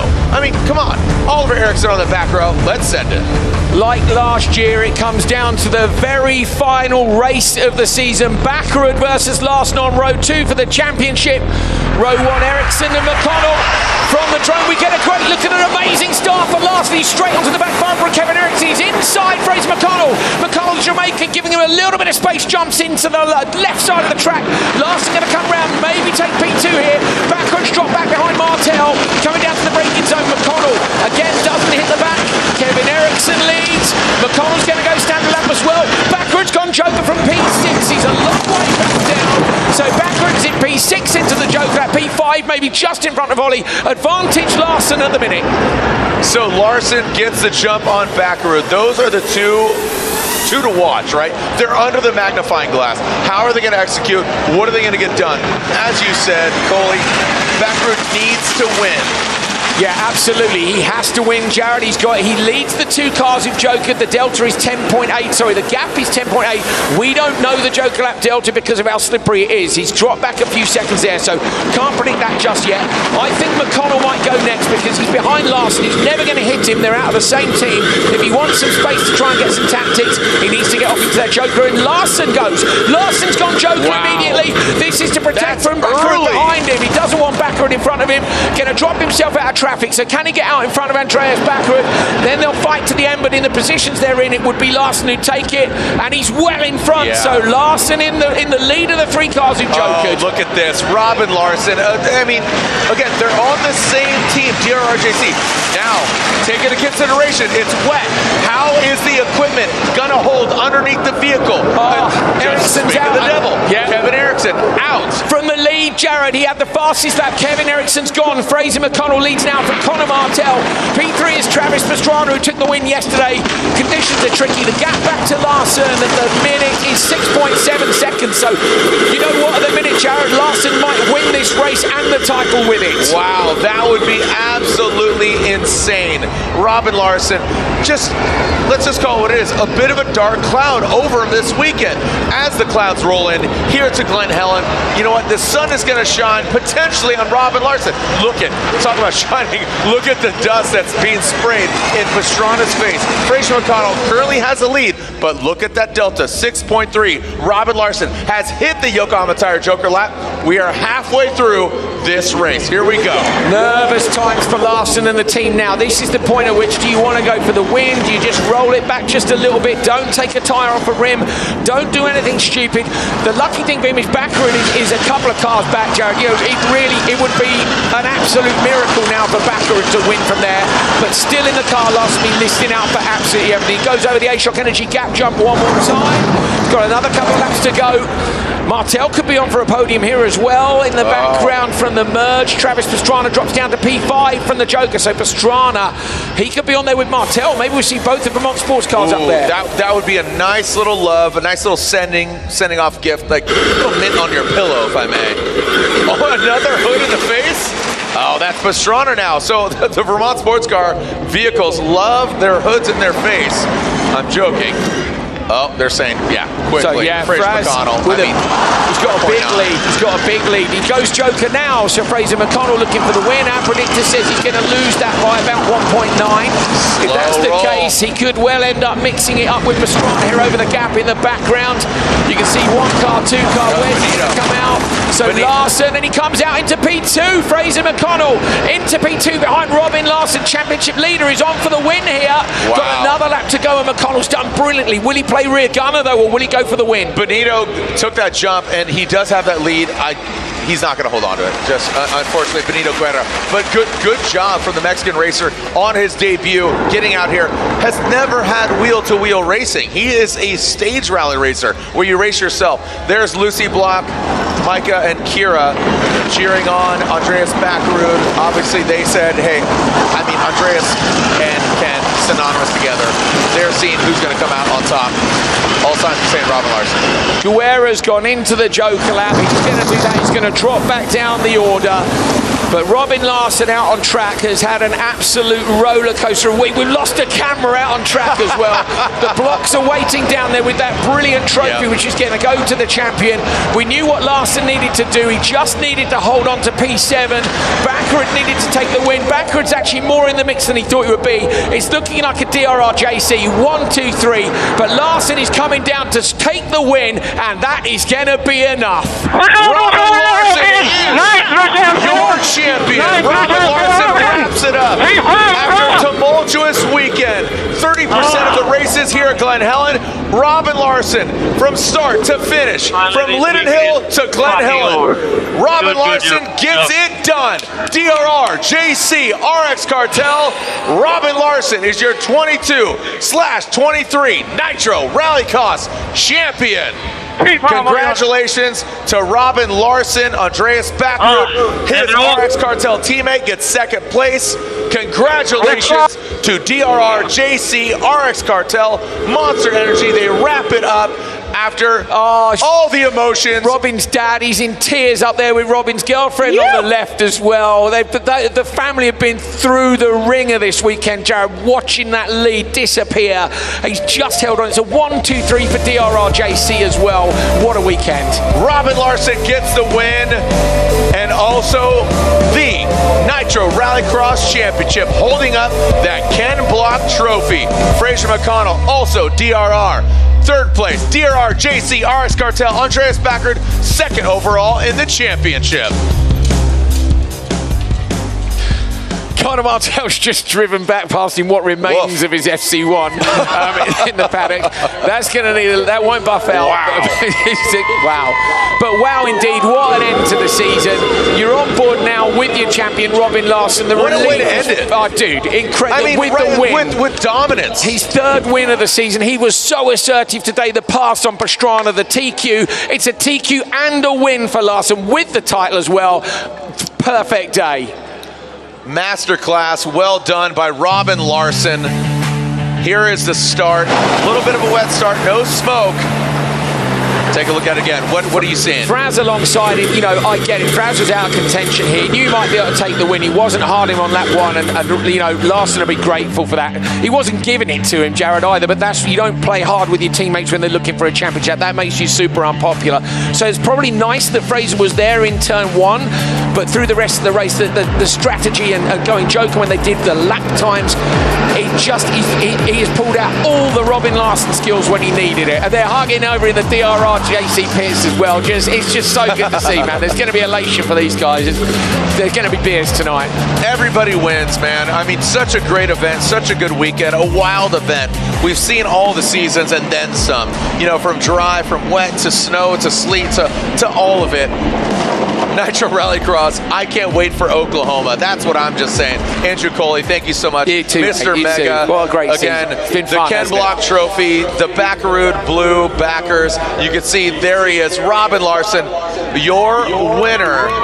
Here he is, Robin Larson, your Nitro Rallycross champion. Congratulations, wearing the helmet with his grandpa on the helmet, his family there. Soak this up, people.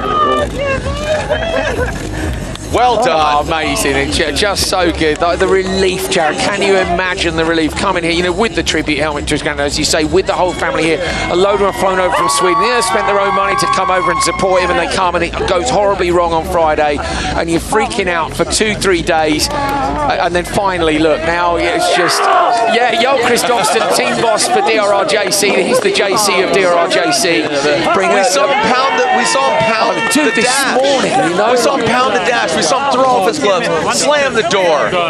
There's Reinbold there as well. Reinbold. There's a fan. High five. Unreal. Look at that. The emotions run so deep. It's so beautiful. Mate, it's so cool to see. Yeah, I love it. I'll tell you what, you know what's even great? Andreas is going to give him a big hug and say congratulations. Yeah, so that's the love. Here we are. The future is now. Nitro Rallycross. And guess what? The future is in Katie Osborne. High fives all around, some smiles and some pictures with some fans. Robin Larson is taking home the race win and the championship. First and foremost, Robin, here is your trophy. This one has been a long time coming just for this race in particular. You're getting off the roller coaster that Rallycross is.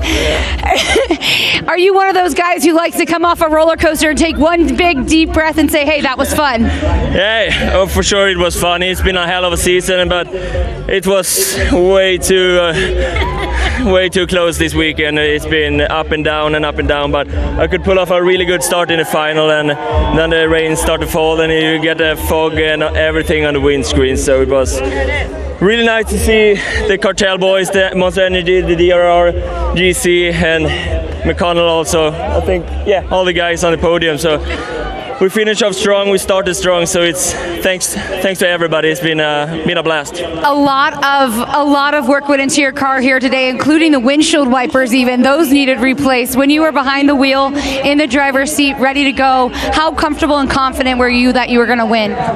Not comfortable. I mean, it's been, like I said, up and down all the weekend, so I knew Backward was pretty close, so if he won and I get a puncture or something, I'm screwed. So I just wanted to take it to the finish line. Then, yeah, it was a nice feeling to. It's finally over. I imagine so. Okay, so now we have a big gift for you. I'd like you to pass off your trophy to your friends, family, and colleagues over here. Lucy Block and the rest of the Block family is coming around with. Oh yes, it's a whole troops. Come on in. What a special moment this is for Lucy Block to be presenting the Ken Block Championship Trophy to Robin Larson. Congratulations. Ladies and gentlemen, this is your Group B Nitro Rallycross champion, Robin Larson. I think me and Jared are both struggling a bit for words, to be honest. Jared, known the blocks a long time, longer than me, and that's a fantastic. That is your Rallycross champion. Yeah, man. Good man. Good stuff. And there we go, look as well. Fantastic as well. Andreas Backrud, teammate to Ken and friend. You can have it, Andreas. Oh, mate. the top three, Fraser McConnell there as well. Yeah, DRR-JC. Congratulations. Robin Larson is your Nitro Rallycross champion. Congratulations, Andreas Backward, second overall. Fraser McConnell, third here at Glen Helen. Look at that, smiles all around. Everybody wins. Congratulations, the Ken Block Trophy, the championship trophy, goes to Robin Larson, your overall champion. Final standings then at the end of a brilliant year. Robin Larson takes the title after a roller coaster 3 rounds at Glen Helen from his teammate Andreas Backward. It's an RX Cartel 1-2 with DRR-JC, and Fraser McConnell takes third. So not only is it a 1-2-3 here at Glen Helen for round 10, it's a 1-2-3 in the championship. A fantastic effort by them all. Amazing. Fraser McConnell, the word for you earlier today was resilience. You woke up saying it's time to send it. How confident are you that you actually sent it today and you left it all out on the line? It's typical that we'd get the rain for the last final of the year. It was, I think, Ken's final. Mud was coming up on the windscreen, but, I gave it my all. We had, important orders to get 1, 2, 3 in the championship for the team, Dry Rainbow JC. They put on a, hell of an effort for all of us all year. So the least we could do is repay them with a 1, 2, 3. So, it was a great turnout. Seen a lot of great potential with Nitro. So, really hoping to be here next year. As it relates to DRR, 1, 2, 3 there at the finish. All of you guys came around together and did donuts separately together. That was really a lot of fun to watch. As it relates to driving with these guys, how much fun has the season been altogether? It's been incredible. We didn't really come in with much expectation, just, have fun, get some seat time, test our stuff against some great competition. And, partway through the season, we said, we have a good shot at placing well. And like I said, 2 years ago, I would have been looking up to these guys saying, one day I hope to be racing them. And now I've beaten quite a few of them. And, I really enjoyed it. It's the most competition I've had in any racing, and to be able to match against their pace and talent is incredible. I remember it was a YouTube dream and a dream for yours to come out and race, and it's really neat to see what all you've accomplished here in the years with Nitro Rallycross. Congratulations, Fraser McConnell.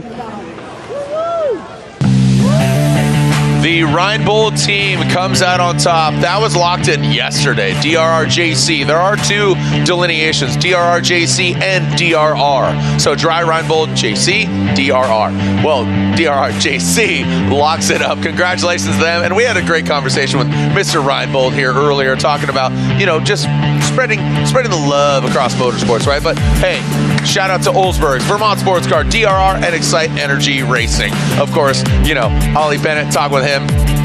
Chris Meek, Jensen Butt, NBT, Timo, Scheider. 2-time DTM, F1 champ. I'm wondering what's going to happen next year. Super excited. The sun is setting literally here. It's a little brisk. Coley's cold. I'm going to warm him up here a little bit. Don't go anywhere.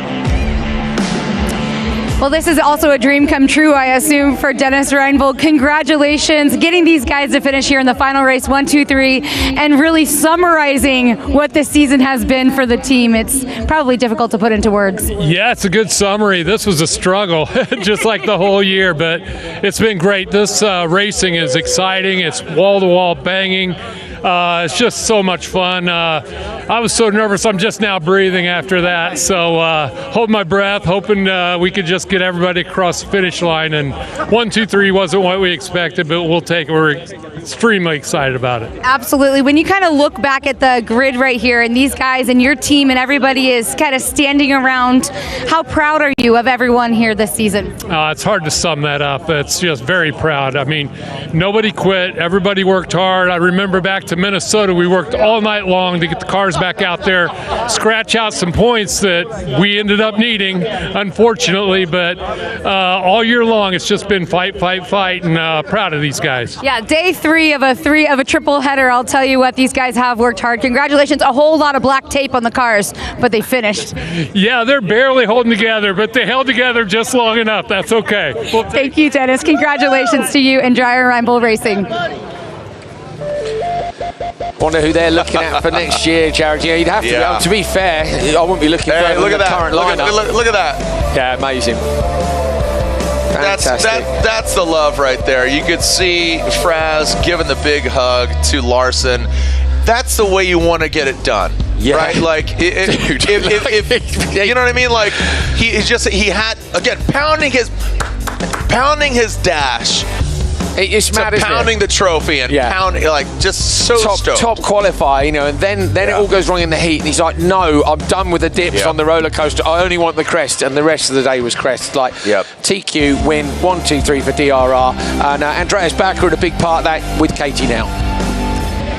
Yeah, the word he just used is happy, and hey, you can't beat that when you're coming to an end of a season. Yeah, I mean, if we look in a bigger picture, you know, I wrecked 2 cars. It's been a difficult start to the year with we all know what, and for me to be here, I think, you know, it's big up to the team, because like what I did in NRX earlier last year with working all night long to get myself and Travis and Fraser back on track means the world. You know, they put us in a position that we can go race. We have the best car. We show everyone here in Glen Helen that we finished first, second, third, even though like I didn't take any big risk. Stuff just happened, you know. So yeah, I'm just very happy for Robin. Like, big congrats. He's been like so stable. If there's one champion here today, which is well deserved, is Robin. So I'm very happy for him. And then tonight we're probably gonna hang out, and tomorrow maybe not. I imagine you and the team, it's going to be one big celebration. Congratulations on your second here in the Nitro Rallycross Championship. A champion is crowned. The Ken Block Trophy is going to one driver, but the My Energy Best Pass goes to, guess what? The same guy. He's getting a bunch of awards today. I mean, so you know, good. it was good? Was it good? It was good. I loved it. It was good. I'm with it. And Travis, we had him up here. He says, I would have done the same thing, and we all agree. It was, when you're on board. Travis said when you see it from the outside, it doesn't look as bad as it felt on the inside. And I think I agree, because you could see how far in he was. He had good rotation in the car, but yeah, okay. He got collected, but yeah, he wins the best pass. Let's take a look at the A-Shock Energy Big Air moment. Hold my A-Shock, let's send it. And that is Ollie Eriksson. Ollie Eriksson going for the big A-Shock Energy. Look at that, oh my gosh. Cars that fly, tracks that thrill, and announcers that just keep talking. look at my man here. Are you not impressed? Are you not impressed? Are you not impressed? Make some noise. There we go. We're nearly out. It's been amazing. 10 rounds around the world. It's been a roller coaster. The FC1. We've had a great time. Thank you so much for joining us. Thanks to everyone on the crew, everyone for Thrill One as well. Tons of effort went into this. Absolutely. Thanks for being with us. Yep.